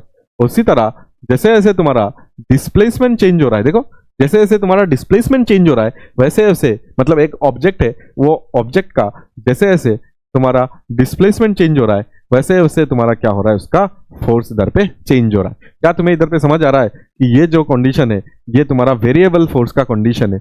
इधर पे ये वेरिएबल फोर्स है, और किसके साथ ये वेरी कर रहा है, ये एफ वर्सेस डिस्प्लेसमेंट ग्राफ है, एक्स। एफ वर्सेस डिस्प्लेसमेंट मतलब डिस्प्लेसमेंट के साथ साथ ये फोर्स क्या हो रहा है, चेंज हो रहा है। डिस्प्लेसमेंट के साथ साथ ये फोर्स चेंज हो रहा है, तो मतलब ये वेरिएबल फोर्स है। तो अगर वेरिएबल फोर्स एक बॉडी पे, एक वेरिएबल फोर्स, ठीक है, कुछ टाइम के लिए, एक बॉडी पे एक वेरिएबल फोर्स कुछ टाइम के लिए अगर एक्ट हो रहा है तो हम लोग कैसे इसको डील करेंगे। ठीक है, एक बॉडी है जिसपे वेरिएबल फोर्स क्या हो रहा है, एक्ट हो रहा है।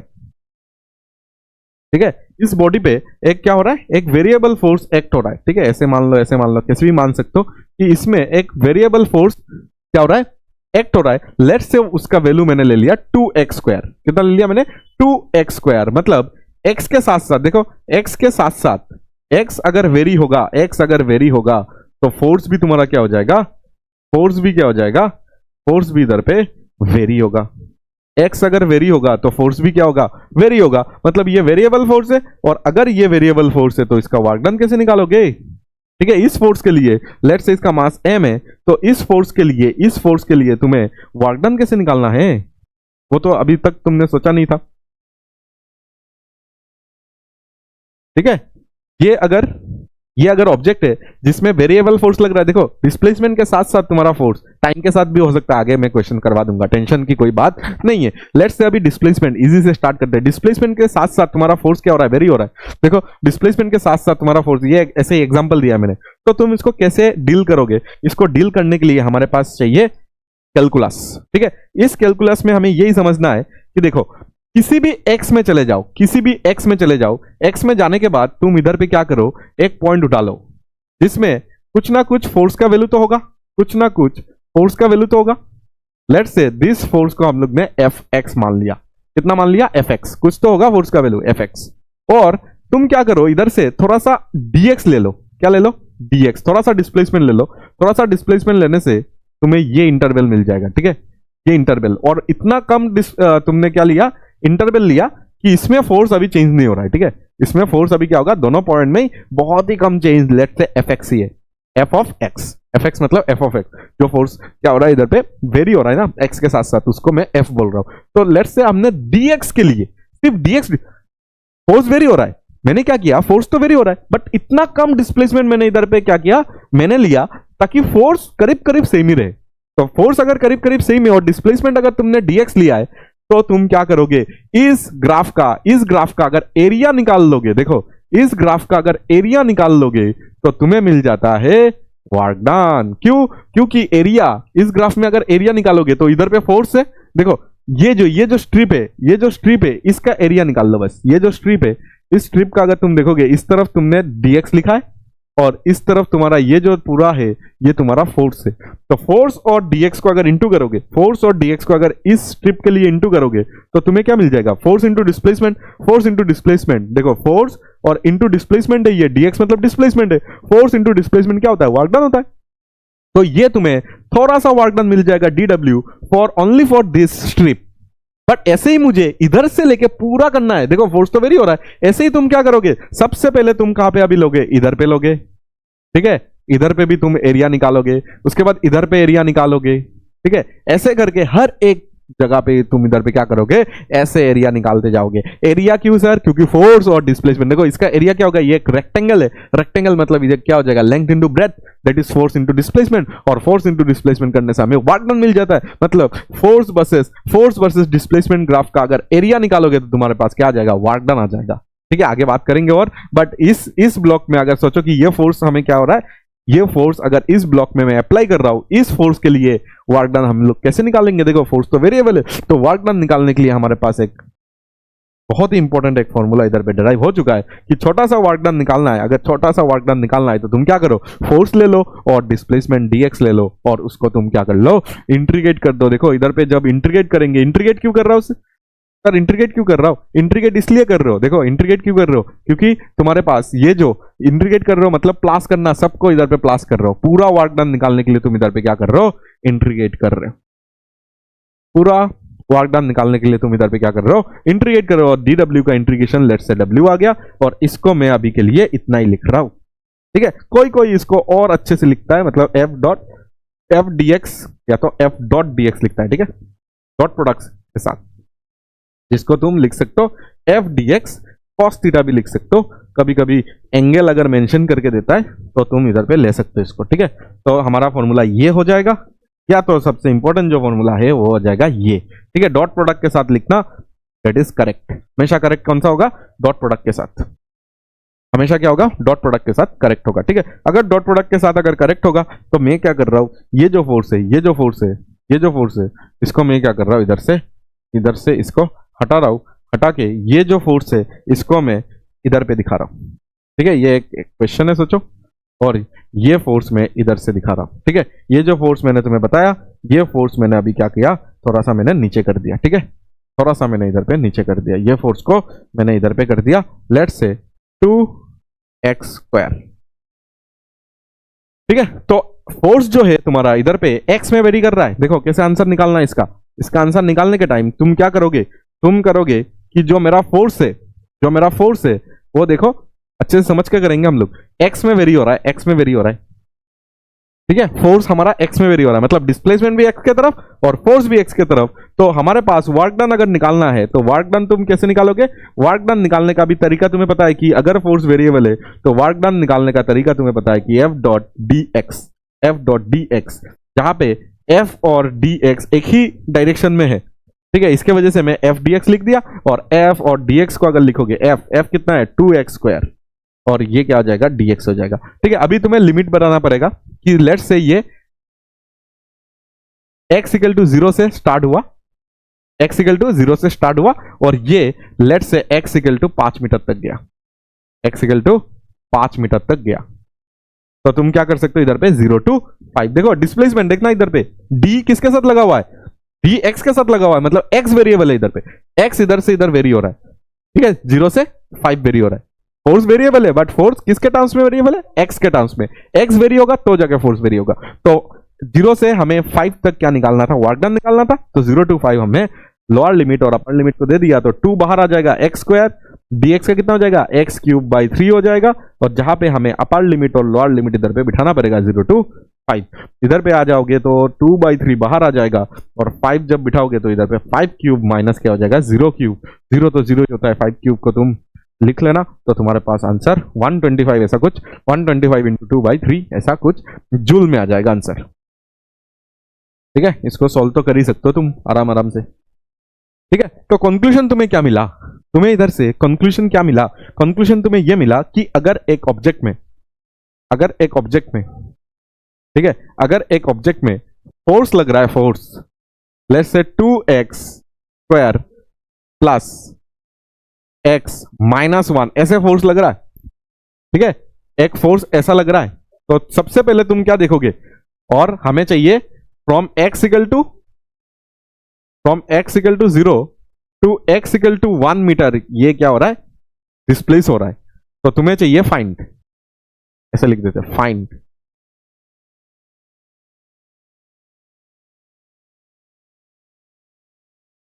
ठीक है, फाइंड वर्क डन हमें निकालना है, हमें क्या निकालना है, फाइंड वर्क डन।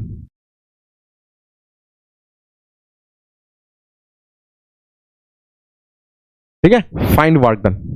तो एक ऑब्जेक्ट में अगर मैं ये फोर्स लगा रहा हूं तो सबसे पहले तुम्हें ये पता होना चाहिए कि ये तो सर एक वेरिएबल फोर्स है, ये देखने से तुम्हें पता चल जाएगा कि ये तो सर वेरिएबल फोर्स है इन एक्स, वेरिएबल इन एक्स, ठीक है, वेरिएबल फोर्स है बट इन एक्स, मतलब एक्स डायरेक्शन में सिर्फ वेरी हो रहा है। एक्स डायरेक्शन में अगर वेरी हो रहा है तो वर्क डन कैसे निकालेंगे, वर्क डन निकालने के लिए हमारे पास क्या आना चाहिए, इंटीग्रेशन ऑफ, वर्क डन अगर निकालना है तो हमारे पास ये आएगा integration of F dot D x. ठीक है, एफ डॉट डी एक्स तुम इधर पे लिख सकते हो। एक्चुअल अगर इसका अगर तुम देखोगे, अभी मैं इधर पे तुम्हें समझाऊंगा नेक्स्ट स्लाइड में, ठीक है, एक्चुअल मैं इधर पे समझाऊंगा तुम्हें कि एफ डॉट डी एक्स इधर पे क्यों लिख रहा हूं मैं, एक्चुअली इधर पे एफ डी एक्स ही लिख सकते हो इसको अगर तुम एफ डी एक्स लिखोगे तो भी इधर पे कोई गलत नहीं है, ये एफ डी एक्स लिखने से गलत नहीं है क्योंकि ये एक्स में वेरी हो रहा है ना, तो एफ डॉट डी एक्स लिखने से भी ये गलत नहीं है क्योंकि नेक्स्ट स्टेप में तो ये एफ डी एक्स ही लिखोगे ना, क्योंकि एक्स डायरेक्शन में ही हो रहा है, फोर्स भी एक्स डायरेक्शन और तुम्हारा डिस्प्ले भी एक्स डायरेक्शन में हो रहा है, इसलिए ये पॉजिटिव में आएगा। मतलब F D x cos theta जो है ना, कॉस 0 इधर पे लिखना पड़ेगा ना, तुम्हें तो कॉस 0 ही लिखना पड़ेगा, तो तुम इधर पे एफ डी एक्स ही लिख सकते हो। फिर भी हम लोग अभी देखेंगे क्योंकि ये एक्स डायरेक्शन में चेंज हो रहा है, इसलिए हम लोग ऐसे लिख सकते हैं। और इधर पे फोर्स का वैल्यू लिख दोगे 2x² प्लस x-1 लिख देना और इधर पे dx लिख देना, और बाकी इंटीग्रेशन तुम्हें आता है, 0 से हमें 1 तक इसको लेके जाना है, बाकी इंटीग्रेशन आता है आई होप, तो मैं इधर पे डायरेक्ट कर दे रहा हूँ। ठीक है, इधर पे 0 to 1 इधर पे बिठाना और इधर पे तुम बिठाना x²/2, इधर पे भी 0 to ये बिठाना और 1 के लिए x आ जाएगा, इधर पे भी तुम 0 to 1 बिठाना, जितना भी आंसर आएगा वो जूल में तुम्हारा वर्क डन आ जाएगा। ठीक है, आगे बढ़ते और आगे मैं तुम्हें ये बताना चाहता हूं कि अगर यही चीज ना एक ऑब्जेक्ट होता, यही चीज अगर ऑब्जेक्ट होता और इसमें लेट्स से अभी फोर्स मैंने इधर पे अप्लाई किया, दैट इज फोर्स जो अप्लाई किया वो 2y² - 1 है, ठीक है, या तो 2y - 1 है। ठीक है, ये y डायरेक्शन में है ना, तो y डायरेक्शन में होने से, ठीक है, और ये मैं कर रहा हूं लेट्स से x = 1 मीटर से 3 मीटर तक ये मैं कर रहा हूं। तो वर्क डन कैसे निकालोगे, वर्क डन निकालने के लिए अभी तुम क्या करोगे बोलो, वर्क डन निकालने के लिए अभी तुम क्या कर सकते हो, वर्क डन निकालने के लिए इस बार, क्योंकि ये वाई एक्सिस में है ना, सिर्फ एक्स तो नहीं है, तो इस बार एक्स मत लाओ, सिर्फ एफ डॉट क्या कर लो, वाई कर लो, सिर्फ एफ डॉट वाई कर लो। सिर्फ एफ डॉट वाई करने से तुम्हारे पास आ जाएगा, क्योंकि वाई एक्सिस में इसका सब कुछ वेरिएबल है। सॉरी, ये तुम्हारा एक्स नहीं लिख सकते, इसको वाई लिखना पड़ेगा। ठीक है, इसको तो वाई लिखना पड़ेगा ना, वाई में ही सब कुछ हो रहा है, डिस्प्लेसमेंट वाई में हो रहा है।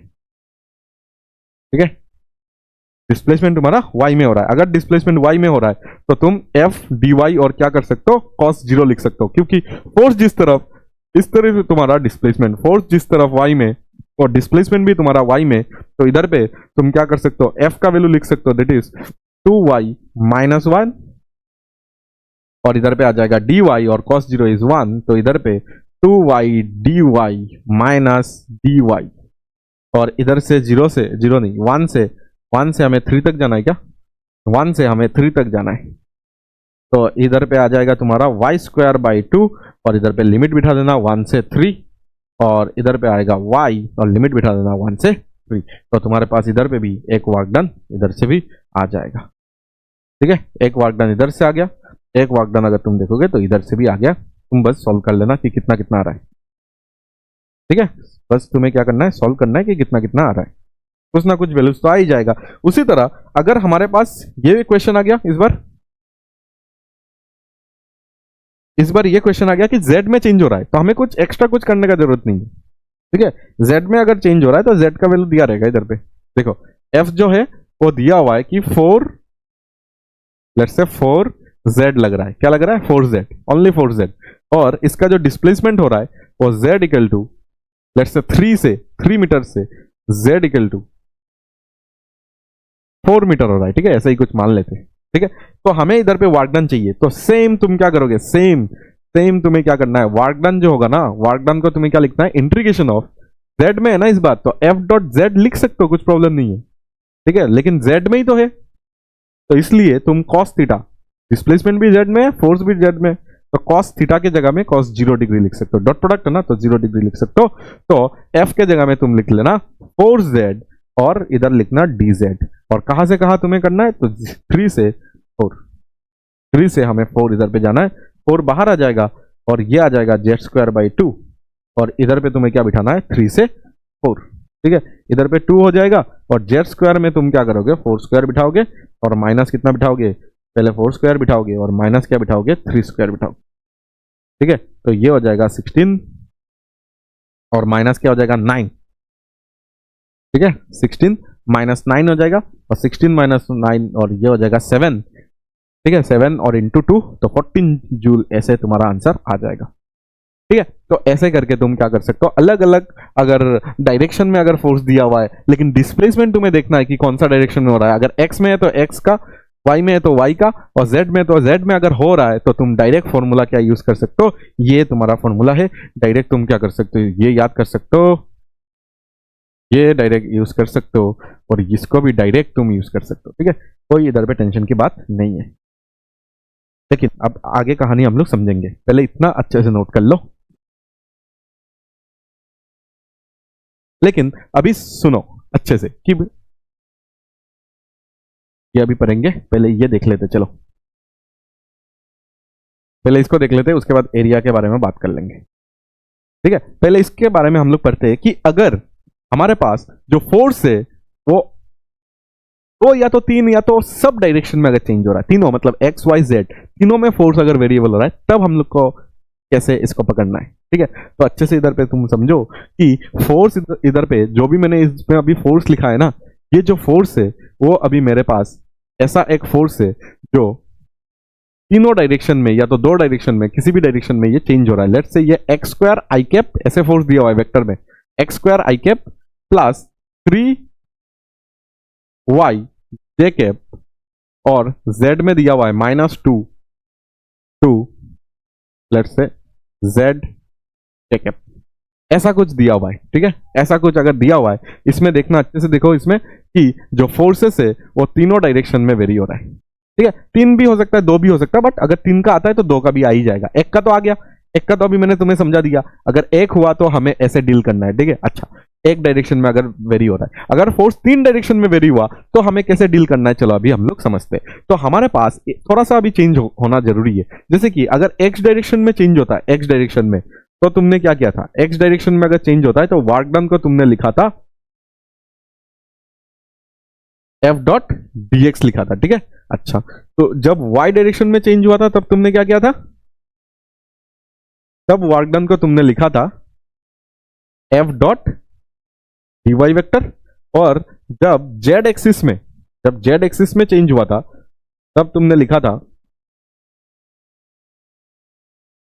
तब तुमने कितना लिखा था बताओ, तुमने लिखा था एफ डॉट dz, ठीक है। ये तीनों था तुम्हारा। तो अभी हमें क्या करना है, ऑल डायरेक्शन में जब लिखना होता है ना, ऑल डायरेक्शन, तब क्या करते हैं हम लोग, ऑल डायरेक्शन में थोड़ा सा चेंज होता है।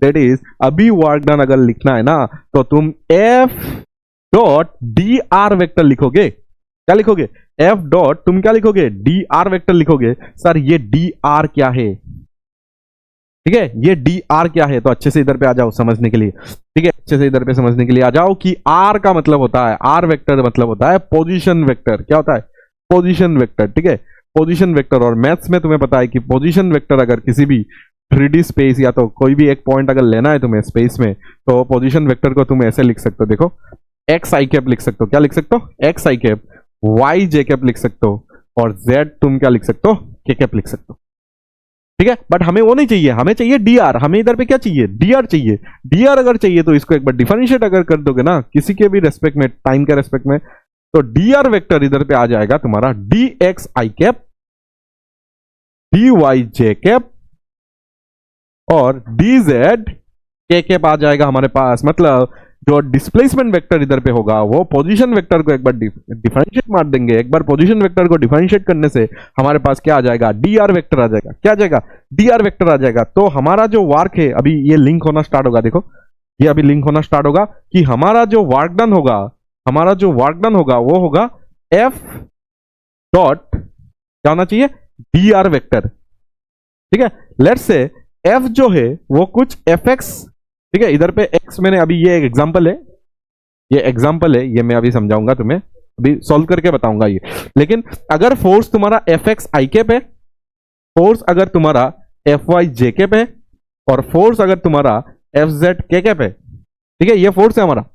और डी आर वेक्टर क्या है हमारे पास, देखो इधर पे डी आर, डी आर मतलब हमारे पास है डी एक्स आई कैप है, डी वाई जे कैप है, और डी जेड हमारे पास के कैप है, ठीक है। दोनों को अगर डॉट करोगे ना, अच्छा इंट्रीगेशन तो भूल ही गया, इंट्रीगेशन इधर लगेगा और इंट्रीगेशन इधर पे भी जरूरत तो है, ठीक है, इंट्रीगेशन इधर पे भी तो जरूरत तो है, ठीक है। अच्छा अभी इसको डॉट करो, डॉट, डॉट प्रोडक्ट तो आता है तुम्हें, एक्स के साथ एक्स का करना है, वाई के साथ वाई का करना है, जेड के साथ जेड का करना है, और किसी के साथ करने का जरूरत नहीं है। एक्स के साथ जब एक्स का डॉट करोगे तो तुम्हें आ जाएगा F X D X, plus जब तुम y के साथ करोगे तो आ जाएगा एफ वाई डी वाई, और जब तुम z के साथ करोगे तो आ जाएगा एफ जेड डी जेड।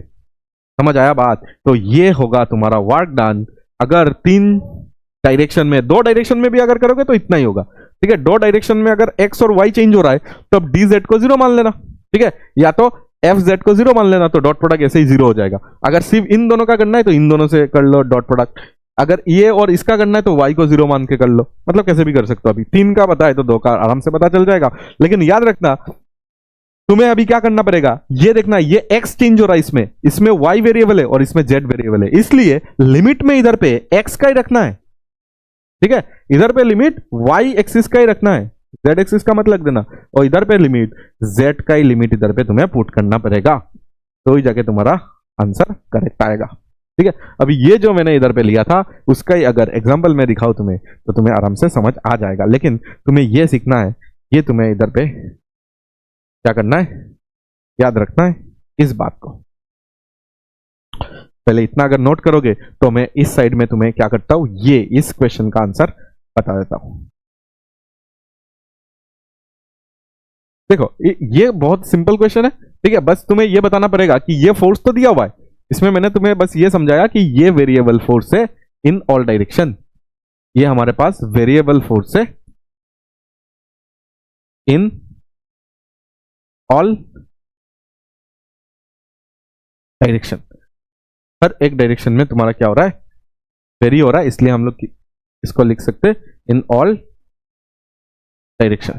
ठीक है, इन ऑल डायरेक्शन, इसको मैं क्या बोल सकता हूँ, वेरिएबल फोर्स बोल सकता हूँ। ठीक है, अच्छा, ये अगर हमारे पास वेरिएबल फोर्स है तो हमें अभी क्या करना है, हमें ये वेरिएबल फोर्स का आंसर निकालना है। देखो कैसे निकालेंगे, बताओ, ये कितना है हमारे पास, ये क्वेश्चन है, क्वेश्चन सोल्व कर रहा हूं। आई होप तुम्हें ये वो पता चल गया, तुम्हें कहानी पता चल गया, ये करना है हमें। चलो, इसको अगर हमें देखना है तो इसमें फोर्स अगर लगाओगे तो क्या आ जाएगा, एक्स स्क्वायर आई कैप, ठीक है, फिर 3y जे कैप, और हमारे पास माइनस 2z जे कैप। ठीक है, अच्छा, इधर पे बताना पड़ेगा कि कहां से कहां मूवमेंट हो रहा है। लेट्स से ये मूवमेंट जो हो रहा है 1,2,1 से, ठीक है, मतलब एक जो ऑब्जेक्ट है वो कौन सा पॉइंट में, ये इनिशियल पॉइंट है और फाइनल पॉइंट आ गया तुम्हारा लेट्स से इतना। ठीक है, ये तुम्हारा कोऑर्डिनेट बता दिया गया। तो कोऑर्डिनेट अगर तुम्हें पता चल गया तो आराम से तुम इधर पे वर्क डन निकाल लेना। वर्क डन तुम्हारा क्या हो जाएगा, W इक्वल टू, तुम डायरेक्ट यूज कर सकते हो क्योंकि तीनों वेरिएबल है तो डायरेक्ट ये यूज कर सकते हो, या तो तुम समझ समझ के ये स्टेप अप्लाई कर सकते हो, तुम्हारा मर्जी। ठीक है, अगर हमें डायरेक्ट पता है तो डायरेक्ट लिख दो ना, F X D X plus F Y D Y, F Y D Y और एफ जेड डी जेड। ठीक है, जहां पे देखो ये x देखना 1 से 2 बन गया तो मतलब x में 1 से 2 बिठाना है। ये देखो y देखो 2 से, अभी इधर देखो 3 हो गया तो 2 से 3 बिठाना है, और इधर देखना z देखना 1 से 2 हो गया तो फिर से 1 से 2 बिठाना है z में। ठीक है, ऐसे समझ के तुम्हें बिठाना पड़ेगा। फिर आ जाओ इधर पे, वर्क डन जो हमारे पास आया है वो आ जाएगा 1 से 2, और fx का वैल्यू बताओ मुझे, fx का वैल्यू इधर अगर देखोगे अच्छे से, fx मतलब समझ आता ना, ये बस ये होता है fx, ये fx आई कैप है, ये fx आई कैप है, हमें fx का वैल्यू सिर्फ x स्क्वायर बिठाना है। ठीक है, आई कैप नहीं बिठाना है इधर पे, आई कैप का डॉट प्रोडक्ट हो चुका है, होने के बाद ये आया है। ठीक है, अच्छा, तो fx का वैल्यू हमें x स्क्वायर मिल चुका है और ये dx लगा दो। fy का वैल्यू देखो कितना है, fy का वैल्यू अगर देखोगे 3y है तो 3y, और इधर पे हमें dy, और इधर देखना हमारे पास 1 से 2 fz हमारे पास कितना है, fz इधर पे -2z है, याद रखना माइनस में, और ये dz हमें मिल जाएगा। और बाकी इधर से तुम सॉल्व कर ही सकते हो आराम आराम से। ठीक है, मैं बस आंसर लिख देता हूँ जल्दी जल्दी। ठीक है, इधर से अगर मुझे आंसर लिखना है तो वर्क डन का जो आंसर आ जाएगा वो आ जाएगा तुम्हारा x³/3 आ जाएगा। ये कितना आ जाएगा, x³/3 आ जाएगा, तो x³/3, और इसको 1 से 2 बिठाना पड़ेगा। ठीक है, इधर पे आ जाओ तो y²/2, तो 3/2 y² बिठेगा, और कहां से कहा, 2 से 3। ठीक है, और माइनस में देखो ये माइनस में आएगा 2, z²/2 आएगा। ठीक है, इंटीग्रेशन करने से 2 कैंसिल होगा, सिर्फ और सिर्फ z² मिलेगा और 1 से 2 मिलेगा। ठीक है, बाकी तो इधर से तुम अभी सॉल्व कर ही सकते हो, इतना तो तुम्हें आता ही है। ठीक है, वर्क डन जो हमारा आएगा तो इधर पे 2 बिठाने से 8 बन जाएगा, 8/3 और 1/3, 8/3 और 1 बिठाने से 1/3, तो 7/3 आ जाएगा। ठीक है, इसमें अगर देखोगे तो हमारे पास कितना आ जाएगा, 3 स्क्वायर हो जाएगा 9 और 2 स्क्वायर हो जाएगा 4, तो इधर पे 5 आने वाला है तो 15/2, और माइनस इधर आएगा 4 से 1 तो 3 आ जाएगा। ठीक है, इसको तुम इधर पे 6 लिख सकते हो, 6 लिख सकते हो, ये आ जाएगा 14, ये आ जाएगा 45 और ये आ जाएगा तुम्हारा 18। ठीक है, बाकी कैलकुलेशन तुम इधर पे अभी कर सकते हो, दैट इज 41/6 आ जाएगा। ठीक है, एक बार कैलकुलेशन देख लेना, इतना जूल मुझे दिख रहा है, मुझे कितना जूल दिख रहा है, 41/6 जूल दिख रहा है। तुम आराम से देख लो कैलकुलेशन को, और कैसे हमें सॉल्व करना है वो चीज को इधर पे समझ लो जल्दी जल्दी। फिर चलो आगे, और हमें यह समझना है कि एरिया, ठीक है, मतलब हमें पता ही है, इधर से हम लोग ने पूरा चीज को डिराइव किया था कि अगर हमारे पास एक फोर्स वर्सेस डिस्प्लेसमेंट ग्राफ दिया हुआ है, हमारे पास क्या दिया हुआ है, F versus displacement, F versus D, F versus D. ठीक है, तो और इसमें तुम्हारे पास एक क्या दिया है, एक ग्राफ दिया हुआ है, लेट्स से ऐसे कुछ ग्राफ दिया हुआ है। ठीक है, जिसमें तुम्हें दिख रहा है कि डिस्प्लेसमेंट के साथ साथ तुम्हारा फोर्स क्या हो रहा है, वेरी हो रहा है। डिस्प्लेसमेंट के साथ साथ फोर्स क्या हो रहा है, वेरी हो रहा है। इधर से देखो, इधर से स्टार्ट हुआ, लेट्स से ये 1 है, और लेट्स से ये तुम्हारा ये 1 मीटर है लेट्स से, और ये तुम्हारा 10 मीटर है। 1 से 10 मीटर में तुम देखो ये तुम्हारा क्या हो रहा है, तुम्हारा फोर्स क्या हो रहा है, वेरी हो रहा है, कभी इंक्रीज और कभी कभी डिक्रीज भी हो रहा है, ठीक है। अच्छा, जो भी हो रहा है, लेकिन तुम्हें क्या करना है इधर पे, मैंने तुम्हें बताया था कि इधर से तुम एक्स डिस्प्लेसमेंट में जाओ और इधर से तुम क्या करो, एक dx लेंथ का, ठीक है, इवन दैट बहुत ही स्मॉल डिस्टेंस होना चाहिए, ये डिस्प्लेसमेंट होना चाहिए कि स्मॉल एक तुम इधर से dx उठा लो और ये dx का तुम क्या निकाल लो, एरिया निकाल लो। इस dx का जब एरिया हम लोग ने निकाला तो हमें मिला है, ये जो एरिया है वो हमें मिला है, देखो इसका लेंथ होगा, तो ये लेंथ हमें दिख रहा है कि ये फोर्स के बराबर होगा, क्योंकि ये फोर्स के इधर है ना, तो लेट्स से ये फोर्स कुछ F है, अभी इस इंस्टेंट में फोर्स का वैल्यू F है, और इसका जो डिस्प्लेसमेंट अगर देखोगे, ये जो डिस्प्लेसमेंट ये है हमारे पास dx, तो एरिया कितना हो जाएगा, फोर्स इंटू dx, ठीक है। और हमें पता है कि फोर्स इंटू डिस्प्लेसमेंट जो हो रहा है वो हमारे पास कितना हो जाएगा, work done. Force into displacement हमारे पास क्या हो जाएगा, वर्क डन। बट ये तो काफी स्मॉल है, तो ये जो वर्क डन होगा वो हमारे लिए dw हो जाएगा। तो ये जो एरिया हम लोग ने निकाला है इसको हम लोग बोल सकते हैं dw हो जाएगा। छोटा सा एरिया हमें मिल गया, ये जो छोटा सा एरिया इस स्ट्रिप का है वो हमारे लिए dx डिस्प्लेसमेंट के लिए, dx डिस्प्लेसमेंट का वर्क डन हमें मिल चुका है, dx डिस्प्लेसमेंट का वर्क डन हमें मिल चुका है।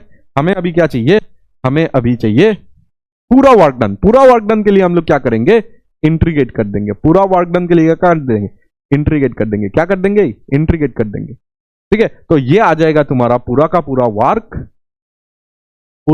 वर्क, और ये आ जाएगा इंट्रीगेशन ऑफ dx। बट ये कैसे आया है, ये जो f dx ये कहां से आया है, ये आया है एरिया से, area of force versus displacement graph, force versus displacement graph, ठीक है।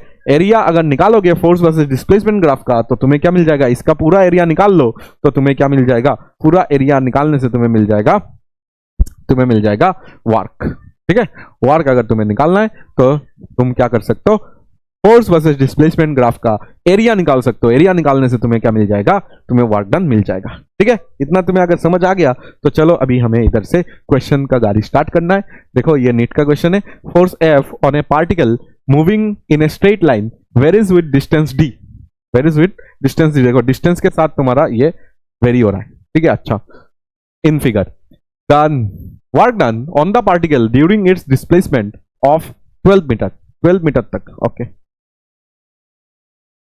तो हमारे पास ये क्या हुआ है कि the work done on the particle during its displacement of 12 metre. तो पहले पक्का ये हुआ होगा, पहले तो कुछ दिखाया नहीं गया, तो यही होगा कि पहले 0 0 0 0 था, ठीक है। पहले कुछ फोर्स नहीं था, फोर्स अगर नहीं होगा तो वर्क डन तो होगा ही नहीं, तो वर्क डन भी नहीं होगा पहले, ठीक है। फिर क्या हुआ, फिर 3 से 7 मतलब 3 मीटर से 7 मीटर के बीच में तुम्हारा फोर्स देखो इधर पे कांस्टेंट हो चुका है, फोर्स तुम्हारा कांस्टेंट हो चुका है, ठीक है, ठीक है। उसके बाद क्या हुआ है, 7 से 12 के बीच में तुम्हारा फोर्स डिक्रीज होके तुम्हारा 12 मीटर तक आके तुम्हारा फोर्स क्या हो गया, 0 हो गया। इधर पे फोर्स कितना है, इधर पे फोर्स तुम्हारा 2 न्यूटन है, और इधर पे कितना हो गया, 0 न्यूटन लास्ट में हो गया।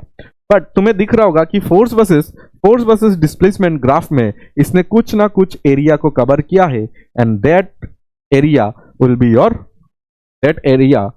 Your work done. हमें वर्क डन निकालना है ना, तो वर्क डन मतलब क्या हो जाएगा, इधर पे वर्क डन मतलब क्या हो जाएगा, इधर पे एरिया हो जाएगा, ठीक है। याद रखना अगर ये एरिया नेगेटिव साइड में होता तो नेगेटिव में लेना पड़ता, क्योंकि वर्क एक स्केलर क्वांटिटी है, इसके वजह से हमें ये एरिया अगर नेगेटिव में आता तो नेगेटिव में लिखना पड़ेगा, ठीक है। अभी तो सब कुछ पॉजिटिव है, तो ये एरिया तुम आराम से नहीं निकाल सकते। ये एरिया निकालने के लिए तुम इसको क्या मान सकते हो, इसको तुम आराम से क्या मान सकते हो, इसको ऐसे एक रेक्टेंगल और एक ट्राइंगल मान के तुम सोल्व कर लो आराम से, ठीक है।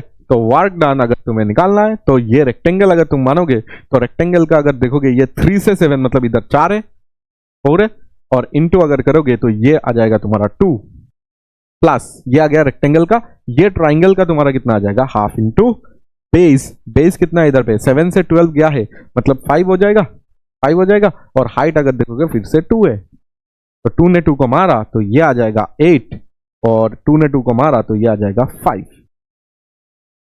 तो ये आ जाएगा तुम्हारे पास 13 जूल ऑफ वर्क। ठीक है, तो इसको तुम ट्रापीजियम मान के भी कर सकते हो, या तो तुम इसको सिंपल देखो, इसको ट्रापीजियम मान के करोगे तो भी चल जाएगा ना, एक ही तो बात है, आंसर तो आना चाहिए। हाफ इंटू क्या करते हैं हम लोग, half into sum of parallel side, क्या करते हैं, sum of parallel side into height करते हैं ना, इंटू हाइट करते हैं ना। तो half into sum of parallel side, देखो ये अगर ट्रापीजियम है, सम ऑफ पैरेलल साइड देखो ये और ये पैरेलल है, ये देखो 3 से 12 जा रहा है, 3 से 12 ये कितना हो जाएगा, 3 से 12 अगर देखोगे तो 9 हो जाएगा। ठीक है, 3 से 12 कितना हो जाएगा, डिस्टेंस 9 हो जाएगा, 9। और इधर पे अगर तुम देखोगे तो 3 से 7 मतलब 4, तो ये हो जाएगा, सम कर दिया मैंने दोनों का। और इनटू हमें क्या करना है, हाइट, हाइट इधर पे 2 है। ठीक है, तो 2 ने 2 को मारा तो इधर पे जो आएगा हमारे पास आंसर, 2 ने 2 को मारा तो हमारे पास जो आंसर आएगा वो आ जाएगा 13। ठीक है, तो डायरेक्ट भी कर सकते थे ट्रापीजियम का एरिया का फॉर्मूला, या तो रेक्टेंगल और ट्राइंगल को तुम पार्ट पार्ट करके सम कर देना। ठीक है, इजी क्वेश्चन है। चलो आगे और कुछ समझते हैं इससे। तो इधर पे भी देख लेना क्या क्या दिया हुआ है कि a force acting on an object varies with distance x as shown in figure, या तो है the force is in newton. ठीक है, x is in metre. The work done by the force in moving the object from x equal to 0 to x equal to 6। हमेशा याद रखना, ये range हमेशा देख लेना, रेंज या तो क्या बोल सकते हो तुम, कहां से कहां ये मूवमेंट हुआ है, इनिशियल और फाइनल पॉइंट देख लेना। तो ये 0 टू 6 ही हमें इधर पे निकालना है। ये तो 1 सेकंड का क्वेश्चन है, बट इधर से हम लोग कुछ कुछ सीखेंगे। ठीक है, इधर से हम लोग कुछ कुछ सीखेंगे। अभी ये कम आता है, ठीक है, बट आ सकता है तुम्हारा यही वगैरह में भी आ सकता है। तो 0 टू 6 अगर देखोगे ना तो ये एरिया निकालना है बस, ये तो अभी निकाला था, ऐसा ही क्वेश्चन है, डायरेक्ट क्वेश्चन है। ठीक है, इसका एरिया निकालना है, एरिया निकाल लोगे तो तुम्हारे पास क्या आ जाएगा, वार्क आ जाएगा। एरिया निकाल लोगे तो तुम्हारे पास क्या आ जाएगा, वार्क आ जाएगा। ठीक है, आराम से निकाल सकते हो, बट इधर से कुछ अलग चीजें हम लोग इधर पे नोट करेंगे। ठीक है, एरिया, एरिया निकालने से हमें वार्क मिल जाएगा। तो अगर हमें एरिया चाहिए तो एरिया हम लोग इधर पे कितना लिख सकते, half into sum of parallel side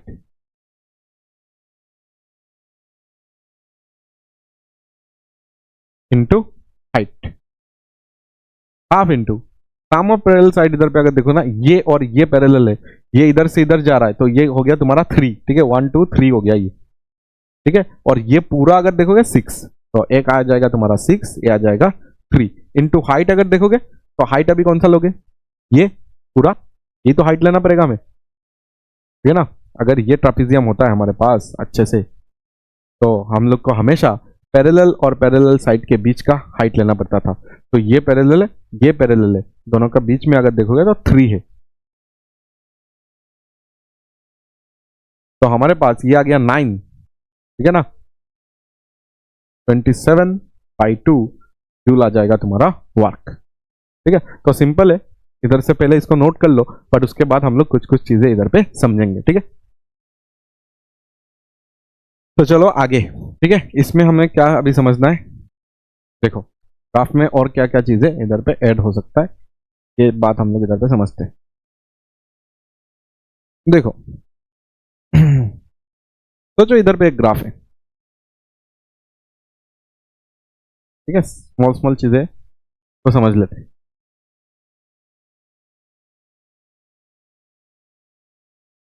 हो सकता है ना कि कभी ना कभी तुम्हारा ग्राफ इधर से स्टार्ट हुआ है, ठीक है, ऐसे भी आया, ठीक है, लेकिन ये नीचे चला गया, ऐसे भी तो हो सकता है, ऐसे भी तो हो सकता है कि ये 0 है, ये 2 है, और ये पार्ट तुम 3 मान लो। ठीक है, मीटर में ये डिस्प्लेसमेंट है, ये मीटर में है, और ये लेट से 50 न्यूटन है। ठीक है, ये 50 न्यूटन है। तो इधर पे इसको तुम 4 मीटर मान लो। अब क्या होता है, जब ये नीचे गया है और तुम्हें ये अगर पूछा गया है कि find work done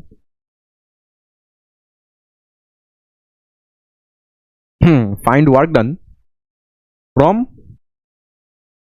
0 to 4 metre, तो देखो ये पार्ट तो नीचे गया है, मतलब इसमें जो भी फोर्स होगा, लेट्स से ये फोर्स को थोड़ा सा मैं चेंज कर देता हूँ, लेट्स से इसको मैं -30 न्यूटन कर देता हूँ, ठीक है। माइनस, ये समझ आता ना, वेक्टर में माइनस का मतलब ये माइनस, ये वेक्टर फोर्स एक वेक्टर क्वांटिटी है, इसमें माइनस का मतलब ये होगा, ये प्लस में ये माइनस में, मतलब ये सिर्फ और सिर्फ डायरेक्शन समझा रहा है, मैग्नीट्यूड में कुछ ऐसा चेंज नहीं है, ठीक है।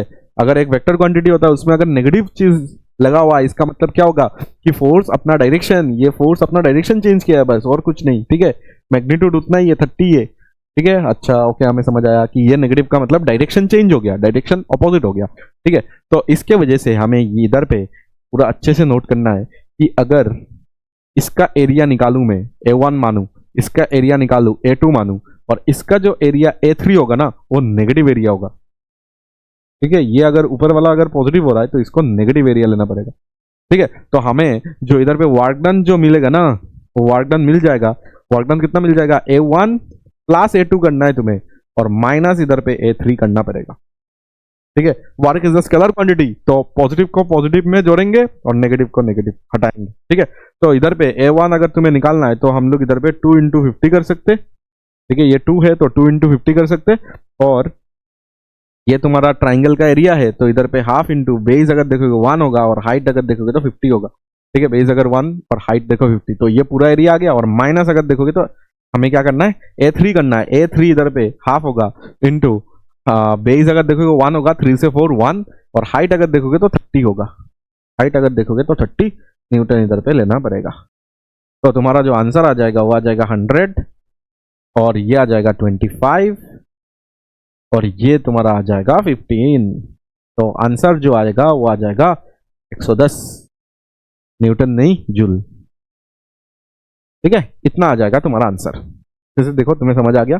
अच्छा, और एक चीज इधर पे होता है, क्या होता है, चलो वो भी हम लोग समझ लेते हैं।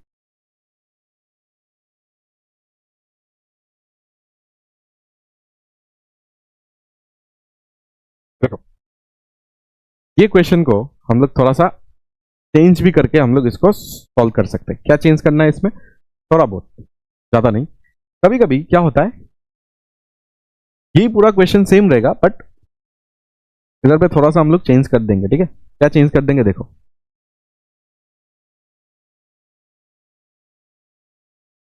यही क्वेश्चन है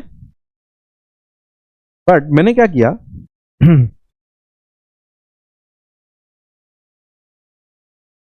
मैंने इधर पे फ्रॉम, मैंने ये बता दिया कि फ्रॉम 4 टू,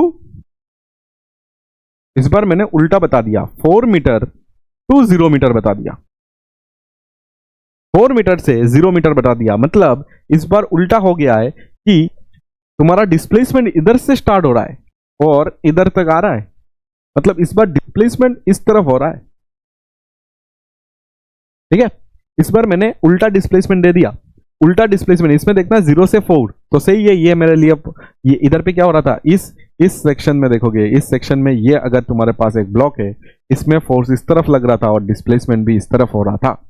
और इसमें क्या हो गया था, इस रीजन में तुम्हारा क्या हो गया था कि इस ब्लॉक में तुमने फोर्स ही तुमने चेंज कर दिया, फोर्स का डायरेक्शन तुमने इस तरफ कर दिया, और डिस्प्लेसमेंट अगर तुम देखोगे ना तो इस तरफ हो गया था, इसलिए इसको नेगेटिव लेना पड़ा, इसलिए इसको नेगेटिव में दिया है हम लोग ने, ठीक है। लेकिन इसमें क्या हो गया, इसमें देखना पहला रीजन में देखना, पहला रीजन में ये जो पॉजिटिव पॉजिटिव जो है इधर पे, इसमें पहला रीजन में ये सही है, इस बार उल्टा आ रहा है, उल्टा आ रहा है। इसका मतलब ये हो जाएगा कि फोर्स तो तुम्हारा सही है बट इस बार डिस्प्लेसमेंट तुमने उल्टा दे दिया, ठीक है। लेकिन इसमें क्या हो जाएगा, इसमें क्या हो जाएगा, इसमें इस बार उल्टा हो जाएगा, ठीक है। इसमें तो इस बार नेगेटिव नहीं लिखेंगे, ठीक है, इस बार ये पॉजिटिव में आ जाएगा, ठीक है। इस बार कुछ मत लिखो इसलिए,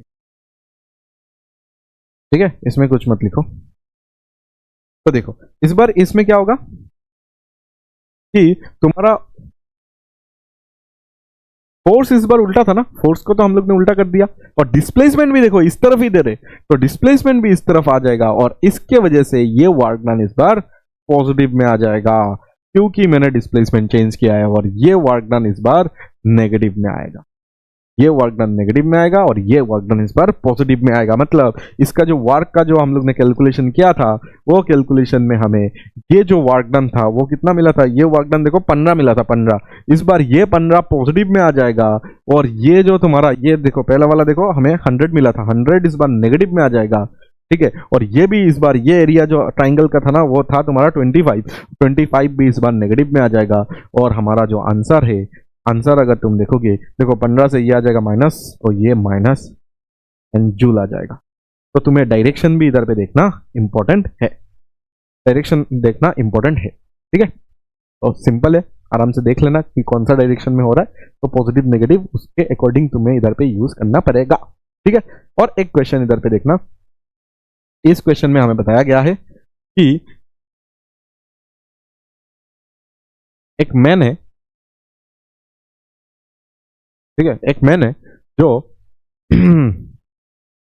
स्टेशन से अपना लगेज को कैरी करके ना लाके, मतलब कैरी नहीं किया, तो उसने क्या किया, सोचो कि एक ट्रंक है उसके पास, उसको उसने क्या किया, उसने उसको पुश किया सबसे पहले, ठीक है। तो धीमे धीमे उसने अपना फोर्सेस को क्या किया, इंक्रीज किया, इंक्रीज किया, इंक्रीज किया, इंक्रीज किया, ठीक है। और एक टाइम आ गया जब इसका फोर्स 50 न्यूटन हो गया, ठीक है। और ये डिस्प्लेसमेंट है हमारा एक्स, ठीक है। लेट्स से इधर पे कितना 10 मीटर, कितना 10 मीटर, आफ्टर 10 मीटर इसका क्या हो गया, तुम्हारा 50 न्यूटन इसका मैक्सिमम फोर्स हो गया। और उसके बाद अगर तुम देखोगे, बाकी अगर तुम देखोगे और 10 मीटर मतलब 20 मीटर तक उन्होंने तुम्हारा मैक्सिमम या तो कांस्टेंट फोर्स इधर पे अप्लाई किया। कितना अप्लाई किया, कांस्टेंट फोर्स इधर पे अप्लाई किया है, ठीक है। कांस्टेंट फोर्स इधर पे अप्लाई किया है। अच्छा, उसके बाद क्या हुआ, अभी तो थक जाएंगे ना, थक जाएंगे ना, तो इसलिए धीमे धीमे धीमे धीमे फोर्स क्या हो गया, डिक्रीज होते होते होते होते बाकी 10 मीटर में उन्होंने उनका फोर्स जीरो हो गया। और इधर पे देखो फोर्स जीरो हो गया, फोर्स जीरो हो गया। लेट्स से और थोड़ा सा 40 मीटर हो गया, लेट्स से 40 मीटर तक क्या हुआ, लास्ट में तुम्हारा फोर्स जीरो हो गया, डिस्प्लेसमेंट 40 मीटर तक ही हो पाया, ठीक है, ये जीरो है। और क्योंकि स्टेशन में है, फ्लोर होगा, ठीक है, फ्लोर होगा तो फ्लोर में फ्रिक्शन भी तो होगा। तो लेट्स से एंटायर जर्नी में जो फ्रिक्शन है ना, उसका ग्राफ इधर पे दिया हुआ है, ये ग्राफ में दिया हुआ है, ये फ्रिक्शनल फोर्स तुम्हें दिया हुआ है। पूरा जर्नी में तुम्हारा frictional force let's say 20 Newton था, तो ये माइनस में ही होगा पक्का। तो 20 न्यूटन तुम्हारा क्या था, फ्रिक्शनल फोर्स। तो मतलब इसका अगर एरिया निकालोगे ना, ये एरिया अगर निकालोगे ना, ये एरिया जो नीचे में तुम्हारा फ्रिक्शन का ग्राफ दिया हुआ है, देखो तुम पुश करो पुश करो पुश करो, एक ट्रंक है उसको पुश करो पुश करो पुश करो, तो फ्रिक्शन तो पीछे लगेगा, पीछे लगेगा। कितना लग रहा है, हमेशा कांस्टेंट लग रहा है, काइनेटिक फ्रिक्शन लेट्स से, तो हमेशा कांस्टेंट लग रहा है, दैट इज 20 न्यूटन लग रहा है through out the journey. Through out the journey अगर लग रहा है तो वर्क डन बाय फ्रिक्शन तुम्हें इधर पे अगर पूछेंगे, ठीक है, काइनेटिक फ्रिक्शन ही होगा, तो वर्क डन बाय अगर फ्रिक्शन किसी ने पूछ लिया तो आंसर तुम बताओगे माइनस में। माइनस में देखना, ये फोर्स तुम्हारा 20 है और डिस्प्लेसमेंट इधर पे 40 मीटर हुआ है, तो -800 तुम्हारा क्या आ जाएगा, जूल हो जाएगा तुम्हारा वर्क डन बाय फ्रिक्शन, ठीक है। वर्क डन बाय फ्रिक्शन अगर तुम्हें चाहिए तो आराम से तुम निकाल सकते हो, बट वर्क डन बाय अगर ये मैन का जो फोर्स है उसके वजह से जो कितना वर्क डन हुआ वो अगर तुम्हें चाहिए तो तुम क्या कर सकते हो, इधर पे फोर्स इंटू डिस्प्लेसमेंट कर सकते हो, या तो तुम इधर पे एरिया निकाल सकते हो। क्या निकाल सकते हो, एरिया निकाल सकते हो। फोर्स वर्सेस डिस्प्लेसमेंट है ना, तो एरिया निकाल लो, हाफ इंटू ट्रापेजियम का half into sum of parallel side और इंटू क्या कर लो, हाइट, ठीक है। तो half of sum of parallel side, ये देखो ये तुम्हारा 40 है, ठीक है, एक पैरेलल साइड 40 में है और दूसरा पैरेलल देखो इतना है, तो 10 से 20 तो 10 ही होगा, ठीक है। अच्छा, इनटू अगर देखोगे तो हाइट है, हाइट अगर देखोगे तो 50 न्यूटन मतलब 50, ठीक है। तो इधर से हमें मिल जाएगा कि हाफ इंटू ये तुम्हारा 50 दिख रहा है और ये भी तुम्हारा 50 दिख रहा है, तो ये तुम्हारे पास आ जाएगा 25 और ये आ जाएगा तुम्हारे पास 50, ठीक है ना। इतना दिख रहा है क्या अच्छे से, तो 525 जा तुम्हारे पास आ जाएगा 125 और एक जीरो तुम्हें इधर पे दिखेगा, तो तुम्हारे पास ये आ जाएगा 1250 जूल।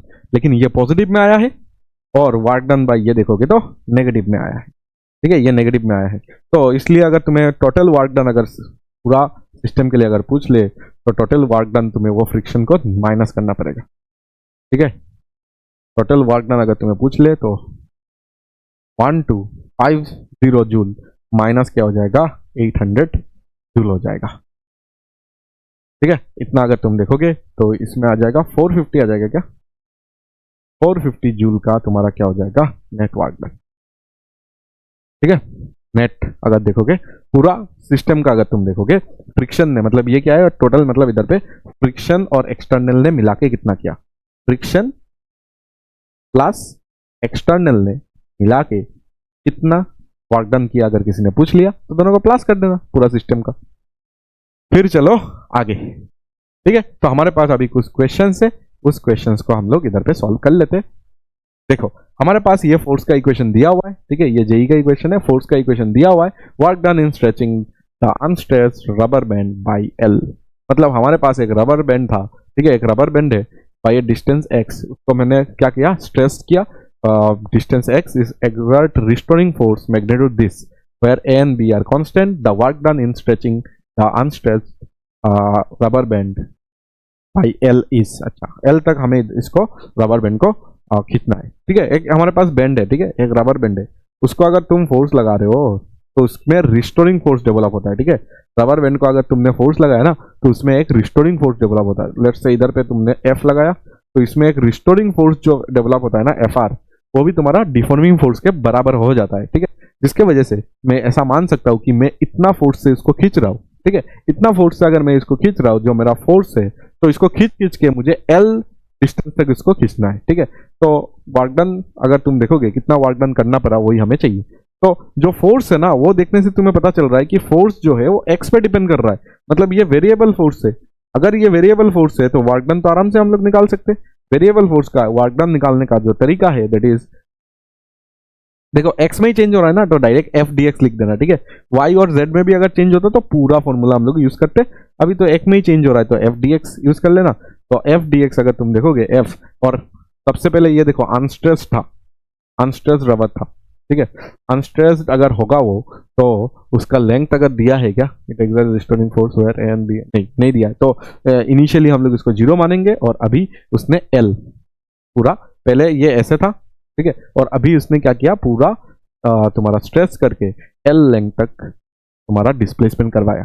तो इसलिए 0 टू एल, और एफ का वैल्यू अगर इधर पे देखोगे तो X plus B X square हो जाएगा और साथ में ये डी एक्स आ जाएगा।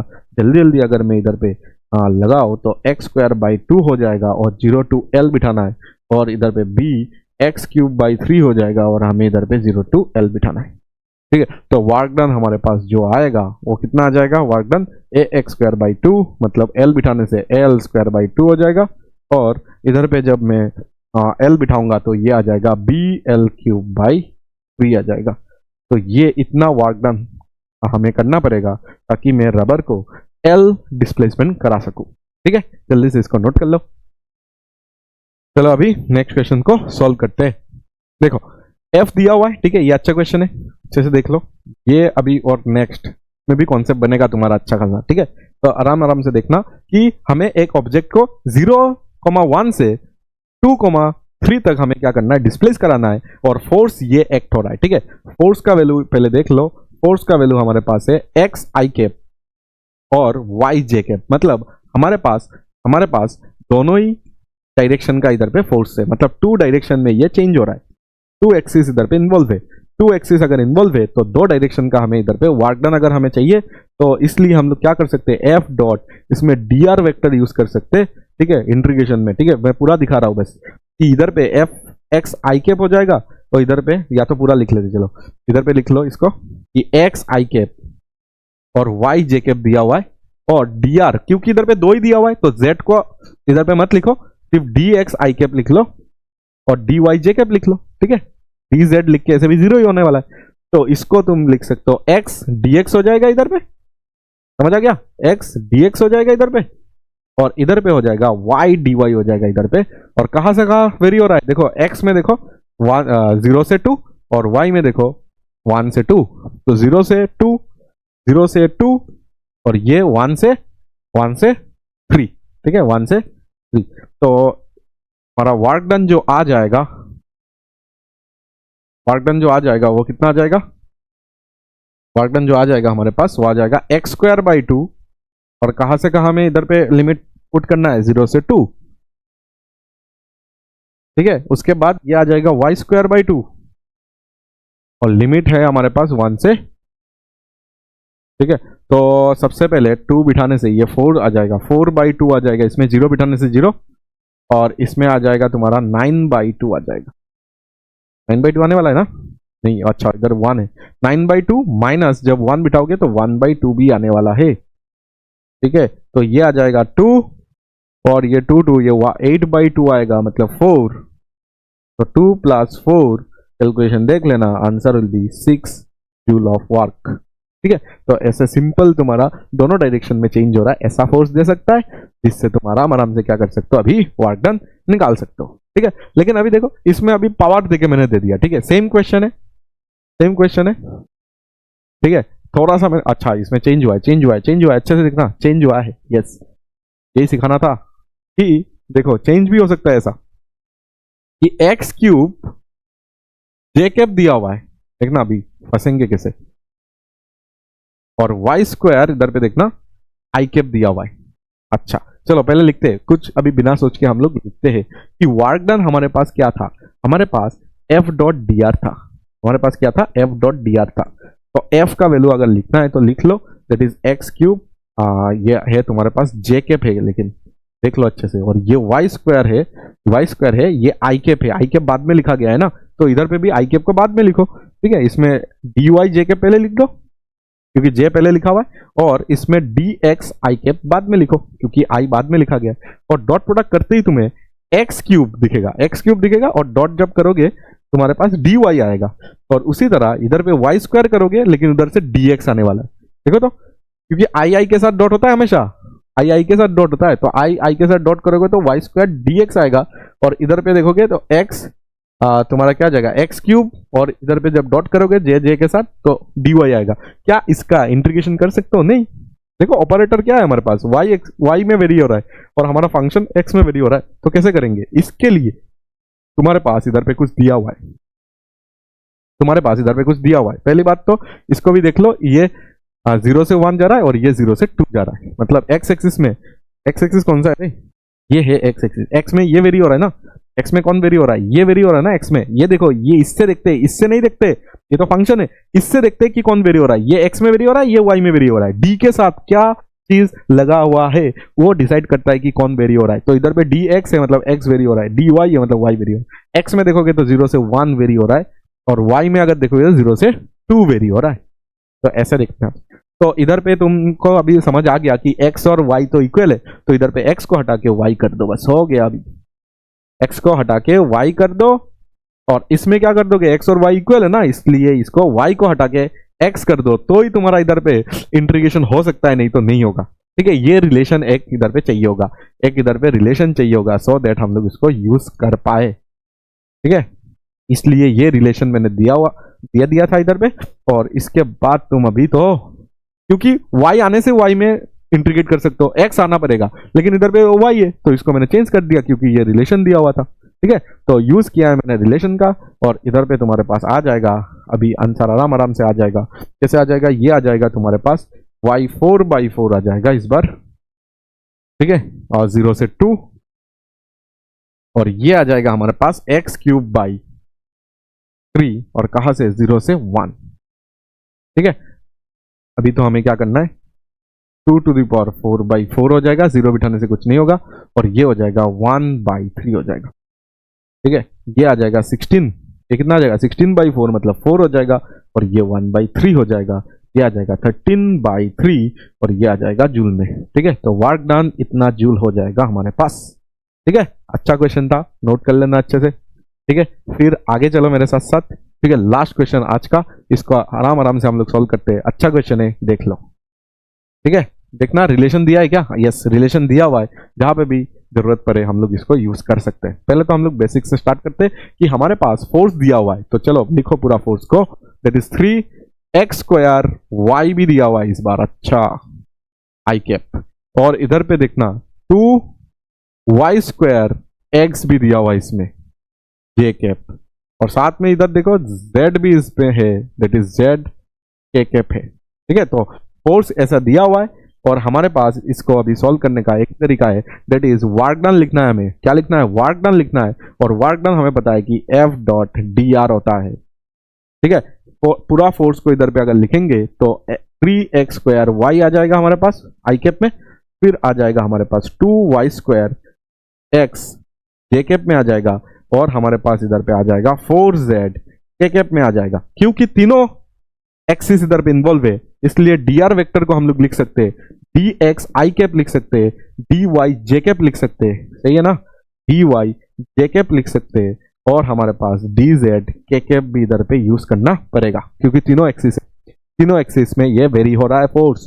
तो अगर आई के साथ आई का डॉट करोगे तो तुम्हें मिल जाएगा दिस, आई के साथ आई का अगर डॉट करोगे तो तुम्हें क्या मिल जाएगा? ये मिल जाएगा। ठीक है, ये मिल गया ना। और तुम्हें अगर y के साथ y का अगर इधर इंटीग्रेशन लगा देता हूँ, y के साथ अगर y का मतलब j के साथ अगर j का डॉट करोगे तो इधर पे dy आ जाएगा, और k के साथ k का अगर डॉट करोगे तो तुम्हारे पास 4z कितना आ जाएगा? 4z, और इधर से आ जाएगा dz ही आ जाएगा। और याद रखना ये कहां से कहां वेरी हो रहा है? 0 से 1 वेरी हो रहा है, 1 से 2 जा रहा है, और 5 से अगर देखोगे तो 6 जा रहा है। तो ये मुझे इधर पे बताना कि ये 0 से 1 जा रहा है, और फिर बताना 1 से ये 2 जा रहा है, और ये बताना z में क्या हो रहा है? 5 से 6 जा रहा है।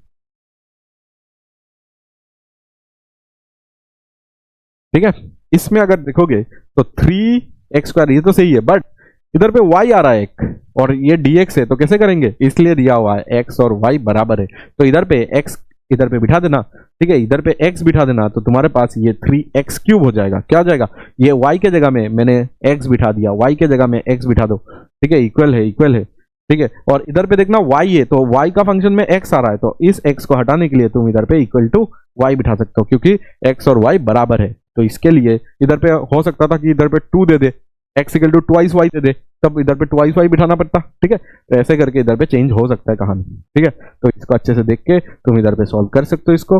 0 से हमें इधर पे 1 जाना है, और इधर देख लेना हमें 2 तो ऐसे भी बाहर आ ही जाएगा, इधर पे 1 से 2 जाना है, लेकिन इधर पे आ जाएगा y क्यूब आ जाएगा, dy आ जाएगा। ठीक है, थोड़ा सा कैलकुलेशन है उसको करना पड़ेगा। 4 बाहर कर दो, z dz तुम्हारा इधर पे कितना है? 5 से 6।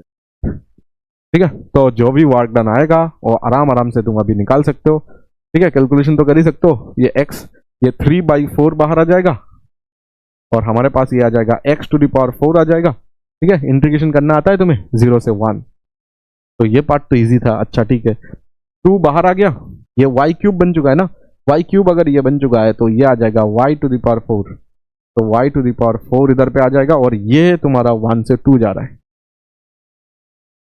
ये तुम्हारा 4 बाहर आ गया, और ये आ जाएगा तुम्हारा z स्क्वायर बाई 2 आ जाएगा, और इसमें तुम्हें 5 से 6 तुम्हें इधर पे वेरी करना है। तुम्हें क्या करना है? 5 से 6 इधर पे वेरी करना है। तो 3/4, और ये आ जाएगा तुम्हारा 1। ठीक है, 1 बिठा देना, 1 टू द पावर 4 इज 1, और इसमें देखना ये हाफ आ रहा है, और इसमें जब तुम कितना बिठाओगे? 2 टू द पावर 4 और 1, तो 2 टू द पावर 4 16 माइनस, तो ये आ जाएगा 15। कितना आ जाएगा? 15 आ जाएगा, और ये आ जाएगा 2, और इसमें 6 स्क्वायर 36, 36 से ये माइनस करोगे, ये 25 तुम माइनस करोगे। ठीक है, तो 11 आ जाएगा। कितना आ जाएगा? 11। कितना आ जाएगा? 11 आ जाएगा। ठीक है, ये पूरा पार्ट तुम्हें समझ आ गया। तो ये आ जाएगा 3/4, ये आ जाएगा कितना आ जाएगा? 15/2, और ये आ जाएगा तुम्हारे पास 22। तो बस इसको सॉल्व कर लेना, अभी जैसा भी आंसर आए वही तुम्हारा आंसर होगा इसका। ठीक है, अभी इतना इस तरफ समझ के कुछ फायदा नहीं है। इधर पे 60 आ जाएगा, और इधर पे तो बहुत बड़ा वैल्यू आएगा, दैट इज 2 और साथ में क्या करना है? हमें 8 से इंटू करना है, तो ये आ जाएगा तुम्हारा 16 और 17 आ जाएगा 176, 176 आ जाएगा। तो ये आ जाएगा 66 प्लस 176/8 आ जाएगा। ठीक है, कुछ पॉइंट में ला सकते हैं, बट अभी इतना वो करके फायदा नहीं है। 1 और इसमें आ जाएगा तुम्हारा 13 का 14 हो जाएगा, एक बचेगा तो 2 हो जाएगा, और 8 हो जाएगा। देखो पूरा सही है कि नहीं? ठीक है, इतना तो आ जाएगा। और 2 से अगर इसको 4 से जा रहा है क्या? 4 से तो नहीं जा रहा है, तो 2 से अगर देखोगे तो 2 से ये हो जाएगा 1 2 1 और 2 से ये हो जाएगा 4। इतना जूल आ जाएगा आंसर। ठीक है, तो इसको आराम से तुम सॉल्व कर सकते हो। तो आज का पूरा क्लास में हम लोग ने ये समझा कि वेरिएबल फोर्सेस के साथ कैसे डील करना है। ठीक है, ग्रेविटेशनल फोर्स मैंने पढ़ा दिया है तुम्हें। ठीक है, ग्रेविटेशनल फोर्स मतलब ग्रेविटेशनल फोर्सेस की वजह से वर्क डन मैंने निकालना सिखाया, फ्रिक्शन की वजह से वर्क डन मैंने निकालना सिखाया, कांस्टेंट फोर्स मतलब कांस्टेंट फोर्स के लिए वर्क डन निकालना मैंने सिखा दिया। आज हम लोग ने क्या किया है, आज पूरा वेरिएबल फोर्सेस के लिए वर्क डन निकालना पूरा हम लोग ने इधर पे कंप्लीट कर लिया है। ठीक है, तो अच्छे से ये सब क्वेश्चन को पूरा अच्छे से प्रैक्टिस करके नेक्स्ट क्लास जरूर ज्वाइन करना, तो तुम्हें पता चलेगा कि हम लोग इधर पे कितना लेवल अप क्वेश्चंस करेंगे। आगे आगे देखना, बहुत सारा लेवल अप क्वेश्चन आएगा। स्टैंडर्ड बुक के हर एक क्वेश्चन इधर पे आराम से सॉल्व हो जाएगा और पूरा थ्योरी को तुम्हें इधर से सीखना है। और कुछ भी डाउट आया तो कमेंट सेक्शन में जरूर बताना। Bye bye.